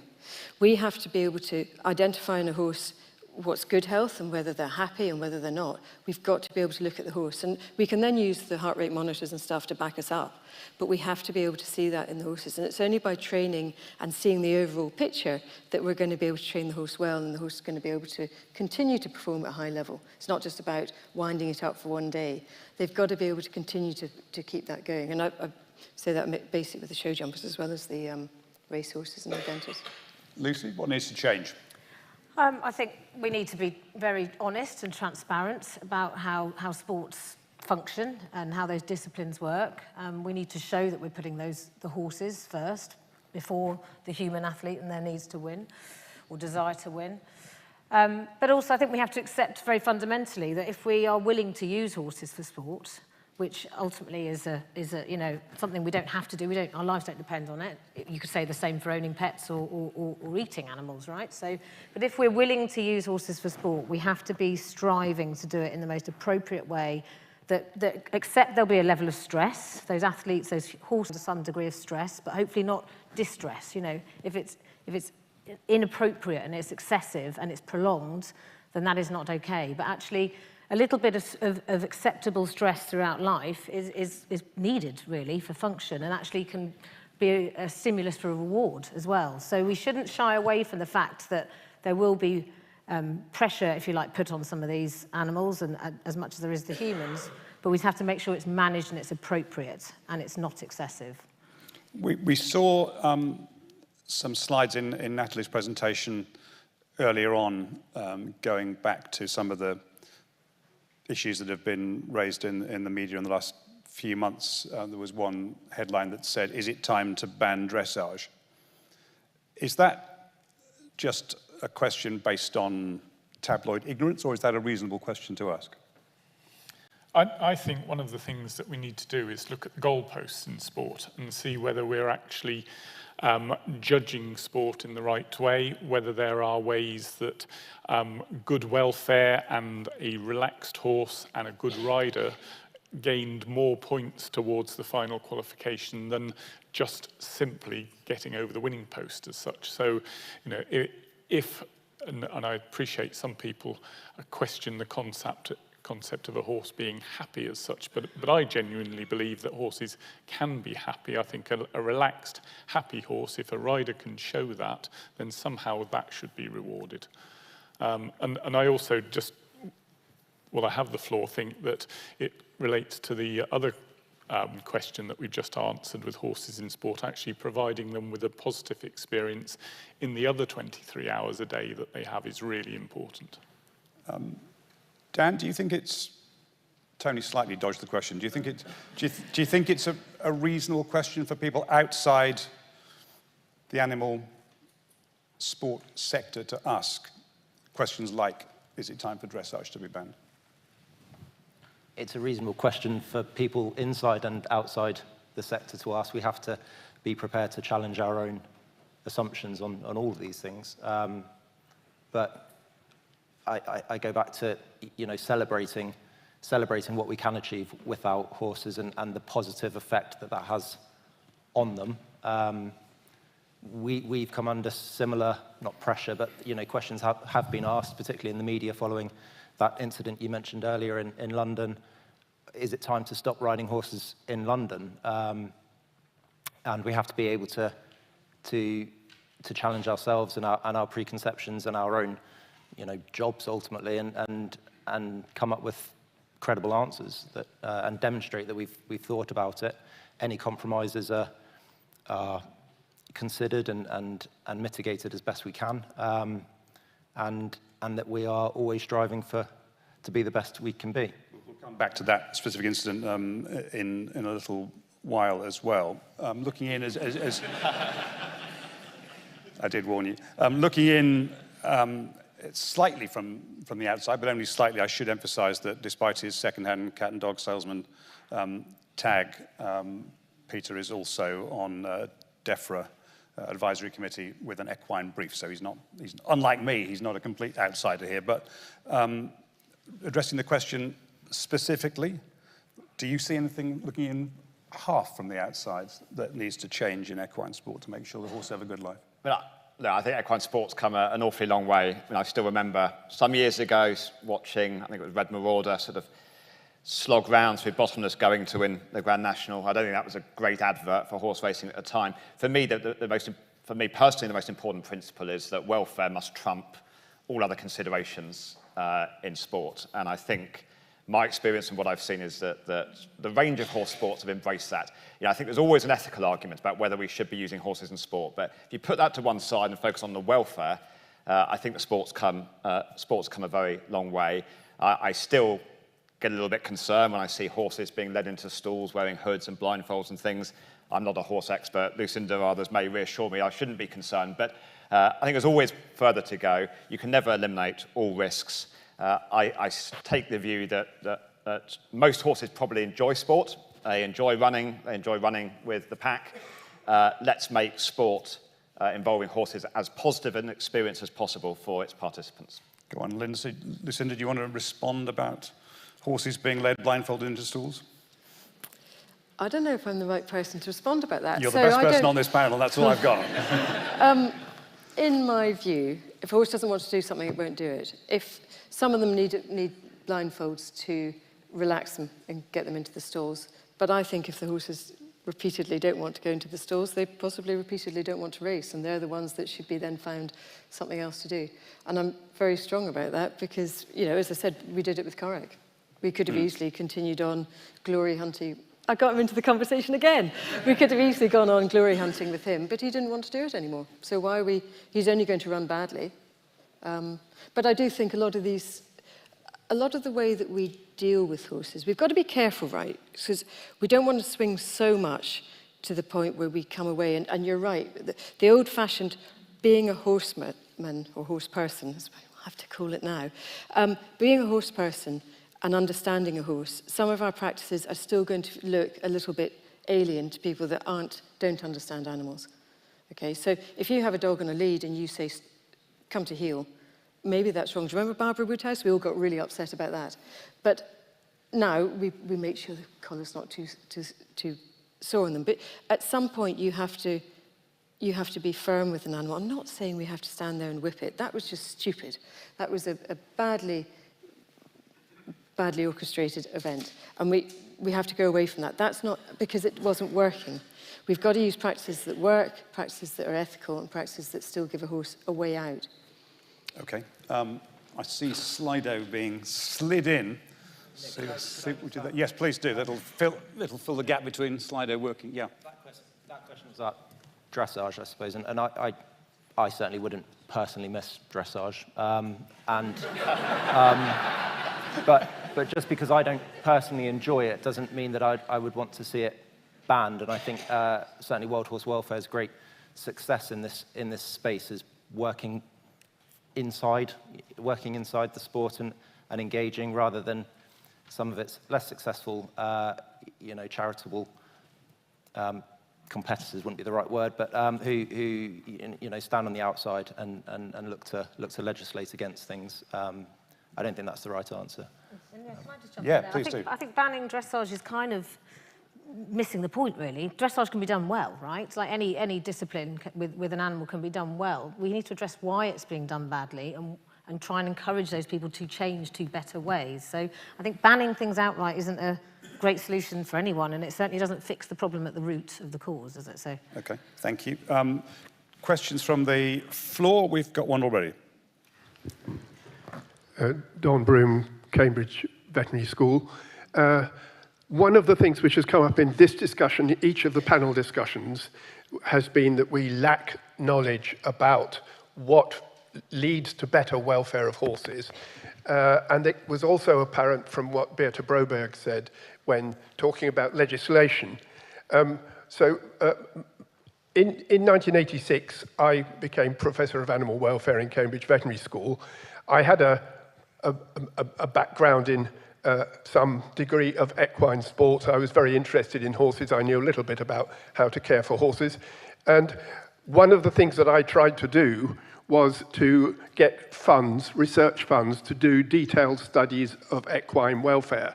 The first thing was that the government in this country and later the EU wasn't funding equine work. So I could get money for pigs and cows and chickens and a little bit for dogs, and I couldn't get anything at all for work on horses. Even when I went to the various equine charities, the Levy Board and so on, when I put up proposals which said, maybe the way in which horses are being kept needs to be studied and maybe it's not ideal, maybe the ways in which horses are being trained is not ideal, those things weren't being funded. So my general, the general point I would make is that we do need more information. We know far more about what pigs need and cows need than what horses need, despite the fact that there are lots of knowledgeable people about individual horses. We need quantitative studies on welfare, and I would be interested in the panel's views on whether we are now in a better position to get good quantitative information about scientific studies of welfare. Thank you, and do please try and keep it more brief than that if we possibly can. Thank you for the point. You're on these DEFRA meetings. Has he got a point? Yeah, I mean, research is key. I mean, we've seen some great research discussed today. I think one of the real challenges, as I see it, is animal keepers I come into contact with are busy people.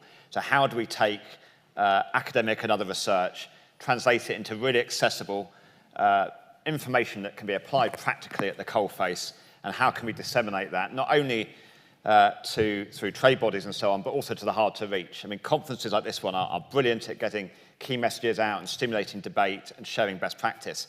But how do we get to the people that aren't here today, who won't be tuning in? I think that's one of the real challenges. But yes, I totally agree. We should be making evidence-based, research-based policy decisions across all animal sectors.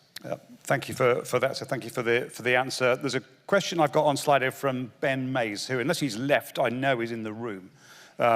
So there he is. So if we get a microphone to Ben, and you can ask the question yourself, Ben. But in the meantime, another one on Slido. Thank you. Do keep contributing wherever you're watching us. Should horse ownership require licensing to demonstrate the resources and knowledge to care properly for a horse, Lucy?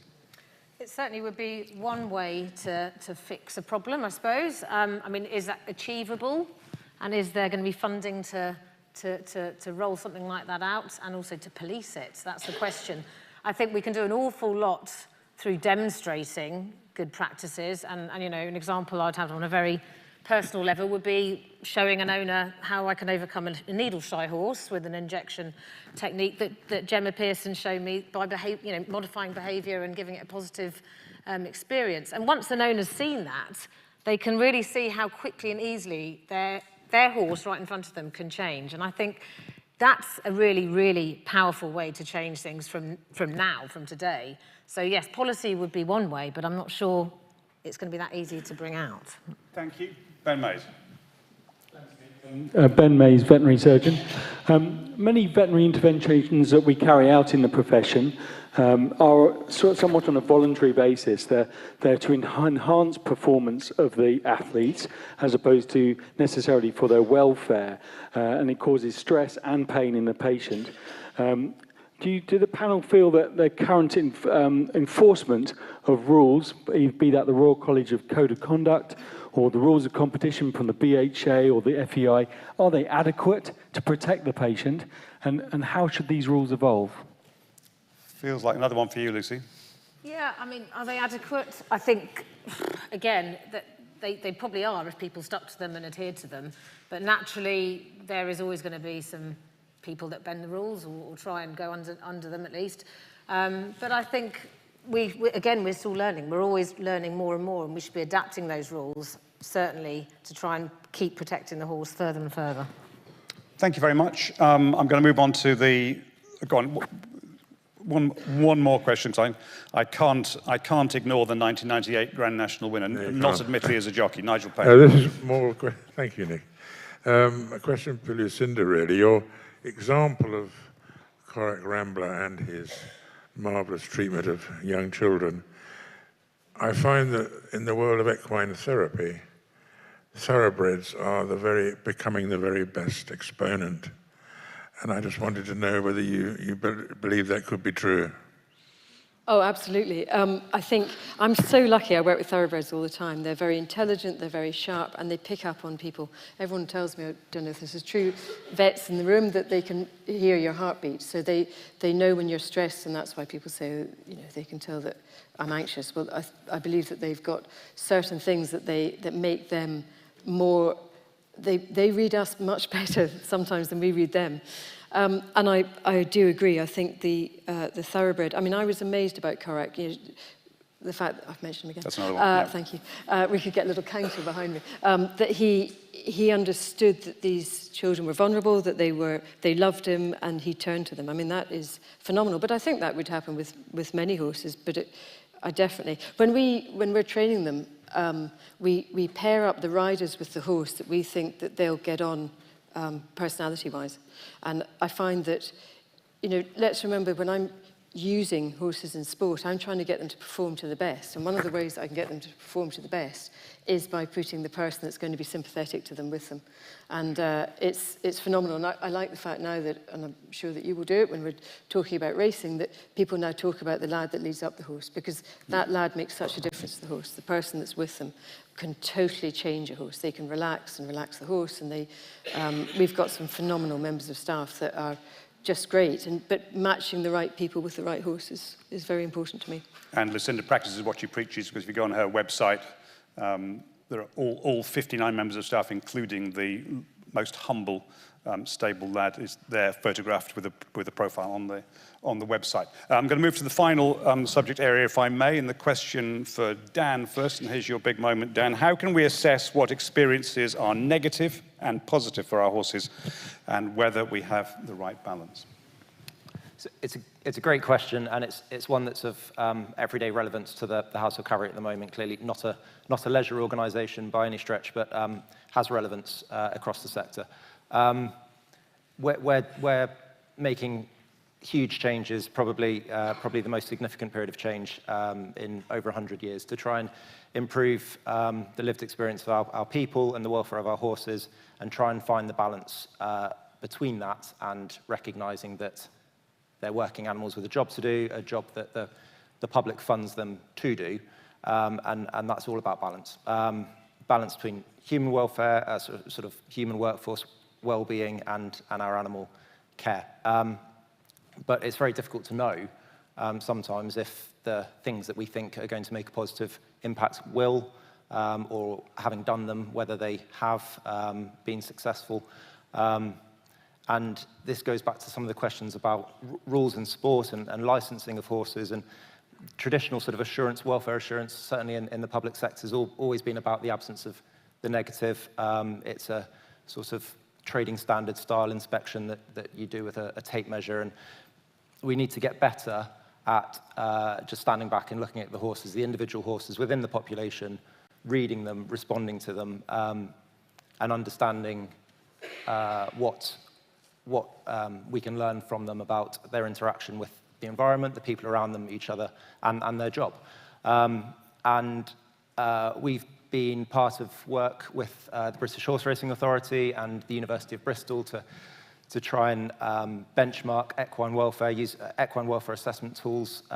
There's other tools that have been mentioned today that focus on looking at the individuals and as part of the herd and trying to assess the extent to which they're having a positive experience rather than just tick box exercises about the certain area of a paddock or the height of the fence and things like that.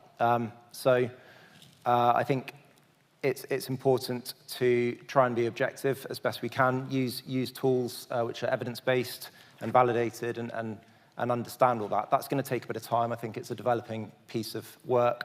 And in the meantime, subjectivity has a place, common sense, and good old-fashioned horsemanship, and just understanding what your horse is trying to tell you is very important. We should collaborate.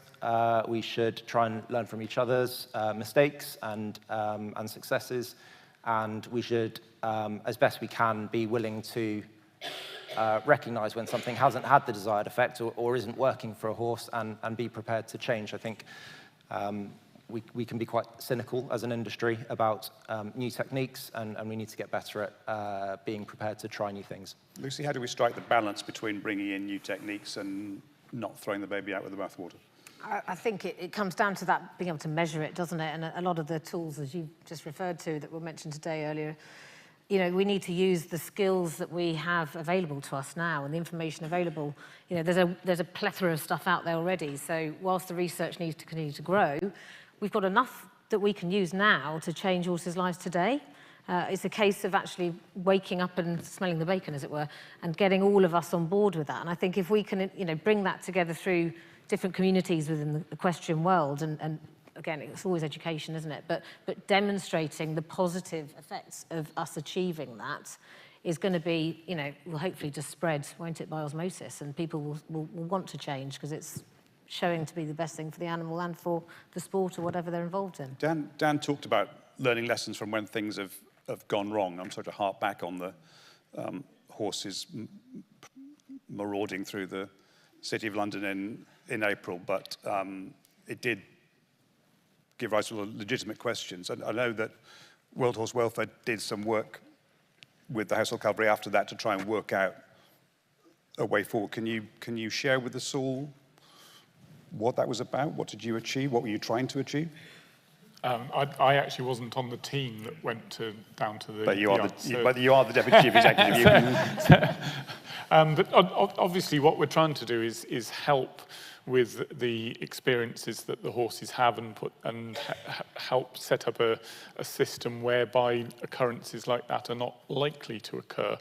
I think some individual recommendations were made, weren't they, Dan? Which I know that you've acted upon, but. Necessarily specifically in relation to that event, but just generally about the way we manage our horses in London. I think that those discussions were going on before that occurred, and that's a sort of really positive, pragmatic, sort of realistic engagement that I think World Horse Welfare is rightly renowned for, recognising that change is incremental.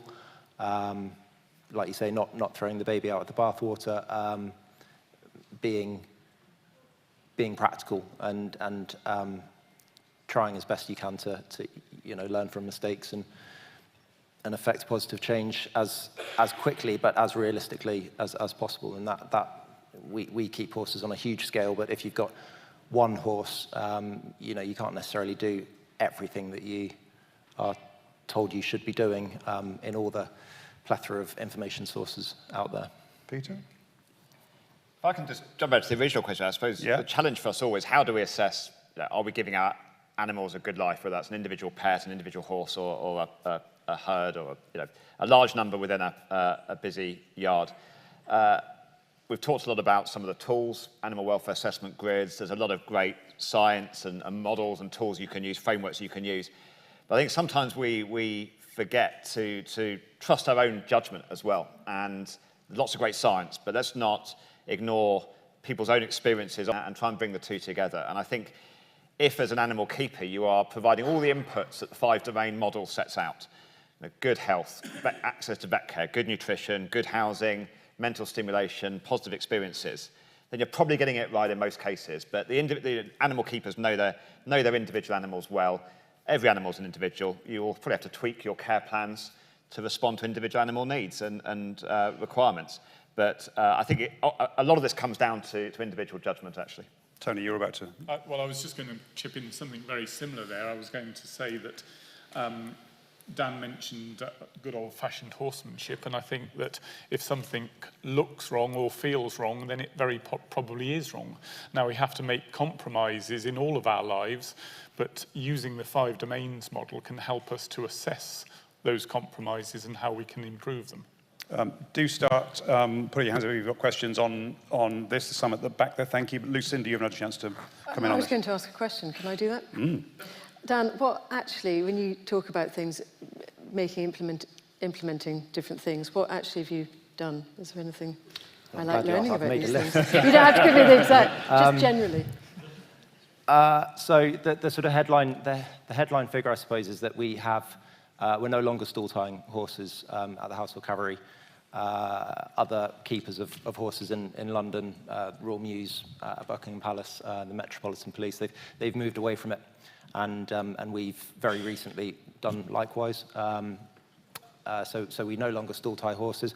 I don't think there's an intrinsic, there's nothing intrinsically wrong with keeping horses in stalls. But you have to have a management system around it that provides the horses with good exercise, good periods of exercise, good duration, good variety, good intensity, good frequency. And the Army's changed a huge amount, as everybody's aware, and that's reduced our workforce in the same way that most large yards, be that a family yard all the way through up to a racing yard, have fewer staff now than ever before, and so that was one way of evolving our management practices to keep up with that and make sure that our horses now do have more freedom of movement than they used to.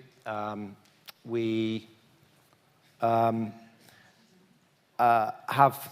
worked with the Horse Trust, still fresh off the press, worked with the Horse Trust now to provide our horses regular turnout within the home counties. So always been a huge limitation of keeping horses in London.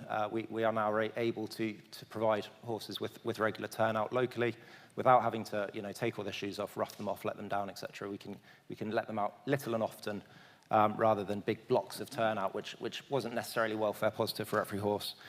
Okay. And a whole plethora of other really, really good things. Brilliant.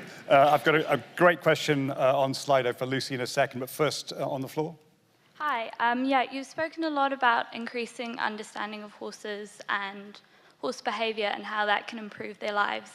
But I'm just wondering, what about understanding horse people and equestrians? How does that play into it? Sorry, understanding? Horse people? Horse people. Yeah. Who wants to take that on? I'm quite happy to say that one of the things that we consciously do as an organisation is look at human behaviour change and trying to employ methods that encourage people to go down the right lines is a really important part of our work. So, yes. Thank you. Question definitely for you, Lucy. Thank you for this on Slido. How can we ensure that those seen as experts, in quotes, / expert sources of advice on horse welfare, e.g. equine vets, truly justify this role? Yeah, that's a very good point. And I think, within every sort of community within the equine industry, there's going to be people who deem themselves to be experts who may not be. And I think we have to understand that we live in our kind of own little echo chambers, and we kind of, end up potentially, I suppose, having this kind of collective blindness between us within those chambers, right? So that's why places like this are really important, where we come together not just with our own people to talk about these things, but to hear the views of others. And that way you are going to fix problems, find solutions, workable solutions as well, by doing it that way. I think if we all sit in our own little camps and decide things amongst ourselves, we're not actually going to address the problem that the horse is then needing us to do so. I'm going to give all the panel about 15 seconds at the end just to sum up what they most want to leave you with at the end of this session. But another question from the floor. Hi there. So this morning we've identified a great plethora of things that can be done better or should be implemented, and a lot of them aren't new. In terms of the fact that these things potentially across the industry haven't happened, is the answer we simply need legislation? And we've said a lot of anecdotal things with owners where we've educated them on this, but you know, we're X years down the line and perhaps a lot of things haven't still happened. Is the area for this in these sorts of forums, or should it be a government-led, you know, vets or behaviourists go out into the industry in all these areas? How do you actually achieve what we want to happen? Because, you know, it's lovely having what research we do have, but again, we haven't actually achieved what we want. I feel I could rattle through the panel very quickly with one sentence each on this. Do we or do we not need more legislation? Dan? No, I don't. We've got good legislation. And I think we've got good research. I think the money probably needs to be spent on making that research accessible to the people that need it. Okay. Lucy? Human behavioural change, as Tony said. I think that's what we need, not more legislation. Peter? I agree with what's been said. I think it's a great example from the farming sector right now, which is the Animal Health and Welfare Pathway, which isn't a legislative vehicle. It's a program, government-led program, to provide carrots, essentially, incentives to farmers to improve health and welfare on farms, and it's working. And I'd love to see that replicated in the equine sector. Lucinda? I think we need education, not legislation. Tony? Legislation is only as good as the enforcement that goes along with it. We were disappointed by the fact that the government didn't introduce the legislation that we wanted around the transportation of animals. But again, the identification of animals. But it will only work if there's sufficient enforcement behind it. Okay. Have we got one more question on the floor? Because if not, I'll go to final comments. No, we haven't. So, oh, yes, we have. Sorry. One. Make this good, because this is the last question from the floor. All eyes on you, no pressure. Gosh, that's a lot of pressure. Just a quick question. Well, there's been a lot of mentions about education, and someone also alluded to earlier about division within the equine industry and people working within their own little bubbles. How do we prevent educating people in silos and different sectors of the industry not working together, and should there be some sort of unifying force on education around equine welfare? I'll just take one answer on that. Who's got the most burning desire to come in on that before I pick somebody? Peter? I'd suggest perhaps vets are part of the solution there. Getting vets into horse environments, they can be a great provider of education and support as well as advice. Thank you very much. Final thoughts to leave us all with, maximum 15 seconds if you'd be so kind. Otherwise, Rolly will press the ejector button under my seat. Lucinda. I love what I've heard today. I think we have to remember that the welfare of the horse, actually, from my point of view, I'm in producing a horse to be the best that he can be, and actually the better welfare, the better they perform. So it is actually performance enhancing. Dan? Much the same, just there's no shame in using horses. There's no shame in having them work for us, as long as we use that as a positive experience for the horse. I believe it's important to remember that horses are individuals, and that good welfare, actually finding them the right job, is a key part of that. Lucy? I think it's important to work together and to not throw mud at each other, and to try and bring a solution that works for everybody. And Peter? I think we should remain aspirational. Let's keep challenging ourselves, keep challenging the status quo. Thank you all very much. Thank you online for your Slido questions. Thank you very much for the questions on the floor. Thank you to the panel. Thanks very much indeed.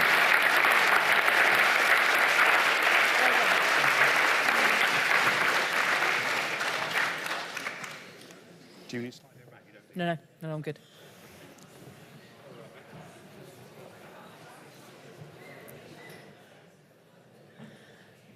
So what a fantastic panel, and huge thanks to Nick for chairing that and giving me a bit of a break. I now have 15 seconds in which to sum up that panel. I'm not quite sure how I achieved that, except to say Lucinda's fantastic championing of the thoroughbred. I couldn't agree more.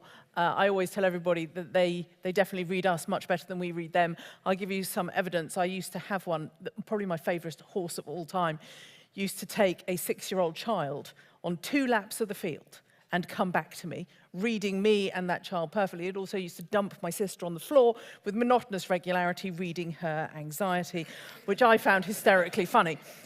Dan, the only joy I have in my life is when I see horses in central London. Please keep them there. My entire phone is jammed full of photographs of the household cavalry out exercising in central London. And Lucy, licensing, hugely challenging. And I think everybody made a comment about licensing. I always tell everybody I had a background in local government, and the same person that licensed riding stables also licensed sex shops.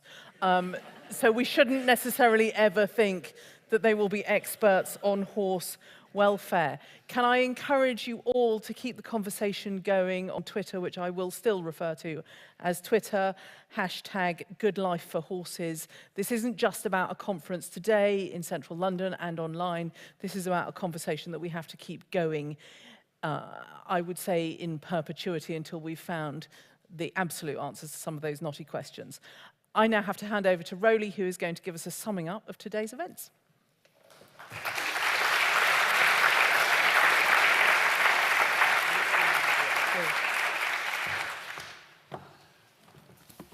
Caroline, thank you. And I'm not quite sure how you do sum that up. It's been a fascinating discussion. I'm particularly happy because Lucinda said to me, every time I mention Curragh Rambler, I'll give you £10. So the £240 is coming to World Horse Welfare very soon, which is marvellous. But I wanted to say thank you to our speakers and panellists. That has been, you've taken us on a journey, and it's just a part of a journey which, as Caroline's just said, is going to go on for a good while yet. But also thank you to our long-standing sponsors, the Peter O'Sullivan Charitable Trust, to Equine Register, to the Horse Betting Levy Board, and to our new supporters, Argria. We wouldn't be able to be here and have this conversation without you. Now, my job, I forget it every year, I'm not going to forget it this year, is to show you the word cloud that we have started creating. And obviously, as you well know, what's the biggest words there are the words that people have said most often. I noticed that most people have kept to being one word, which is amazing. Or maybe the team have been doing a little bit of creative development. But as we can see there, education, right in the centre, research, empathy. So what I'd really encourage, if you're watching us online, this is still evolving. And if you're with us in person, then you can use the new way. Please use the new way. But if you are a bit of a post-it person, then there's an opportunity to put up post-its in the education centre to really help us keep this conversation going. I think for me, we talk so much today about the 3 Fs, but and they are fundamental. But I think I sort of came up with 4 Cs. The first one being complete. Nigel started it off in the reverse order about aftercare, and we heard during the panel discussion earlier about what happens actually prenatally with the animals that we're bringing into the world. So having that complete perspective on a good life is so important and fundamental. Secondly, I think we should be curious, and there's something I talked about in my opening few words. We really do need to be curious and constantly ask ourselves questions. And we've talked a lot today about what the fundamentals of a good life are, the 3 Fs. The ability to give our animals some control and their agency, to make sure that we are always using techniques that are ethical and a horse will understand what we're asking them to do. Possibly a hobby horse of mine now, the cooperation. This is all about a conversation, but as I said earlier, we don't always agree. But we really do need to cooperate. We really do get nowhere by slinging mud at each other. And that's across the world, starting with the research community, but then within the disciplines, within the equestrian sector as a whole. I think that cooperation is fundamental, because if we can't get it right ourselves, then we're going to find it very challenging to convince wider society.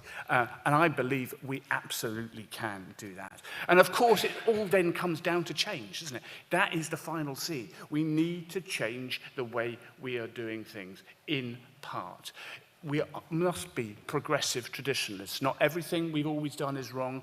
It's not all right either. So we've got to be open-minded to change. And as I said earlier, and it's not my saying, but I absolutely love it, let's make sure that excellence is not the enemy of the good. Let's not say until we know the total answer, we won't do anything, because we can make fundamental change and improve our horses' lives today by making incremental changes. And just one of the ways of that education piece, I'm delighted to say that very shortly, with the support of the British Horse Society and the Pony Club, World Horse Welfare will be launching what we call a whip use decision tree. The whip has been in the press a lot over the last few months, and it's very tempting to say, as we've heard a lot of chat today about whether we should ban things. World Horse Welfare has always believed that banning things is generally the wrong answer, because not least because it'll drive it underground. But also, especially with regard to the whip, it does have a role in how we train and manage our horses, but only if we do it ethically and in a way our horses understand. And that whip use decision tree will be available next week online. It's both got a PDF copy and a very much an interactive version online. And it's hopefully just one small tool that we can utilize to make sure going forward we are giving our horses a good life and training them in the best way possible. As Caroline said, this is a conversation that I would implore you to carry on. So whether it be through Twitter or any other social media channel, whether it be on the livery yard, whether it be with your colleagues and friends at home, please take this forward, because the vision out there is a wonderful one. And we are on a journey which is very exciting. There'll be some bad days and there'll be some tough days. But if we get it right, there's going to be some far more positive days. Thank you very much.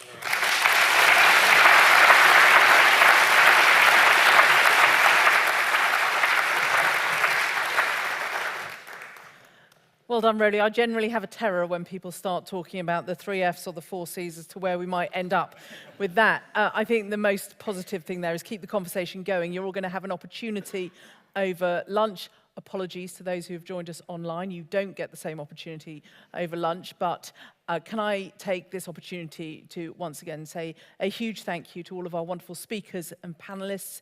You have been incredibly enlightening today and covered a massive amount of ground about what it means for a horse to have a good life and the implications for how we keep them, train them, and indeed manage them. Can I once again thank our very generous sponsors, the Peter O'Sullivan Charitable Trust, for making today possible, and for the support of the Horse Race Betting Levy Board, the Equine Register, and Agria Pet Insurance. This now closes our virtual conference. May I say goodbye and thank you to all of you online for the contributions that you have made. For guests who are here with us in the theatre, can I invite you to lunch, where you can still add to the word cloud, where you can still carry on the conversation, where you can still go to the education centre and ask questions, and generally make sure that we keep this dialogue going. It really matters that we get a wide range of views of what it means for a horse to have a good life. Thank you for attending, and please do enjoy lunch and the rest of the day.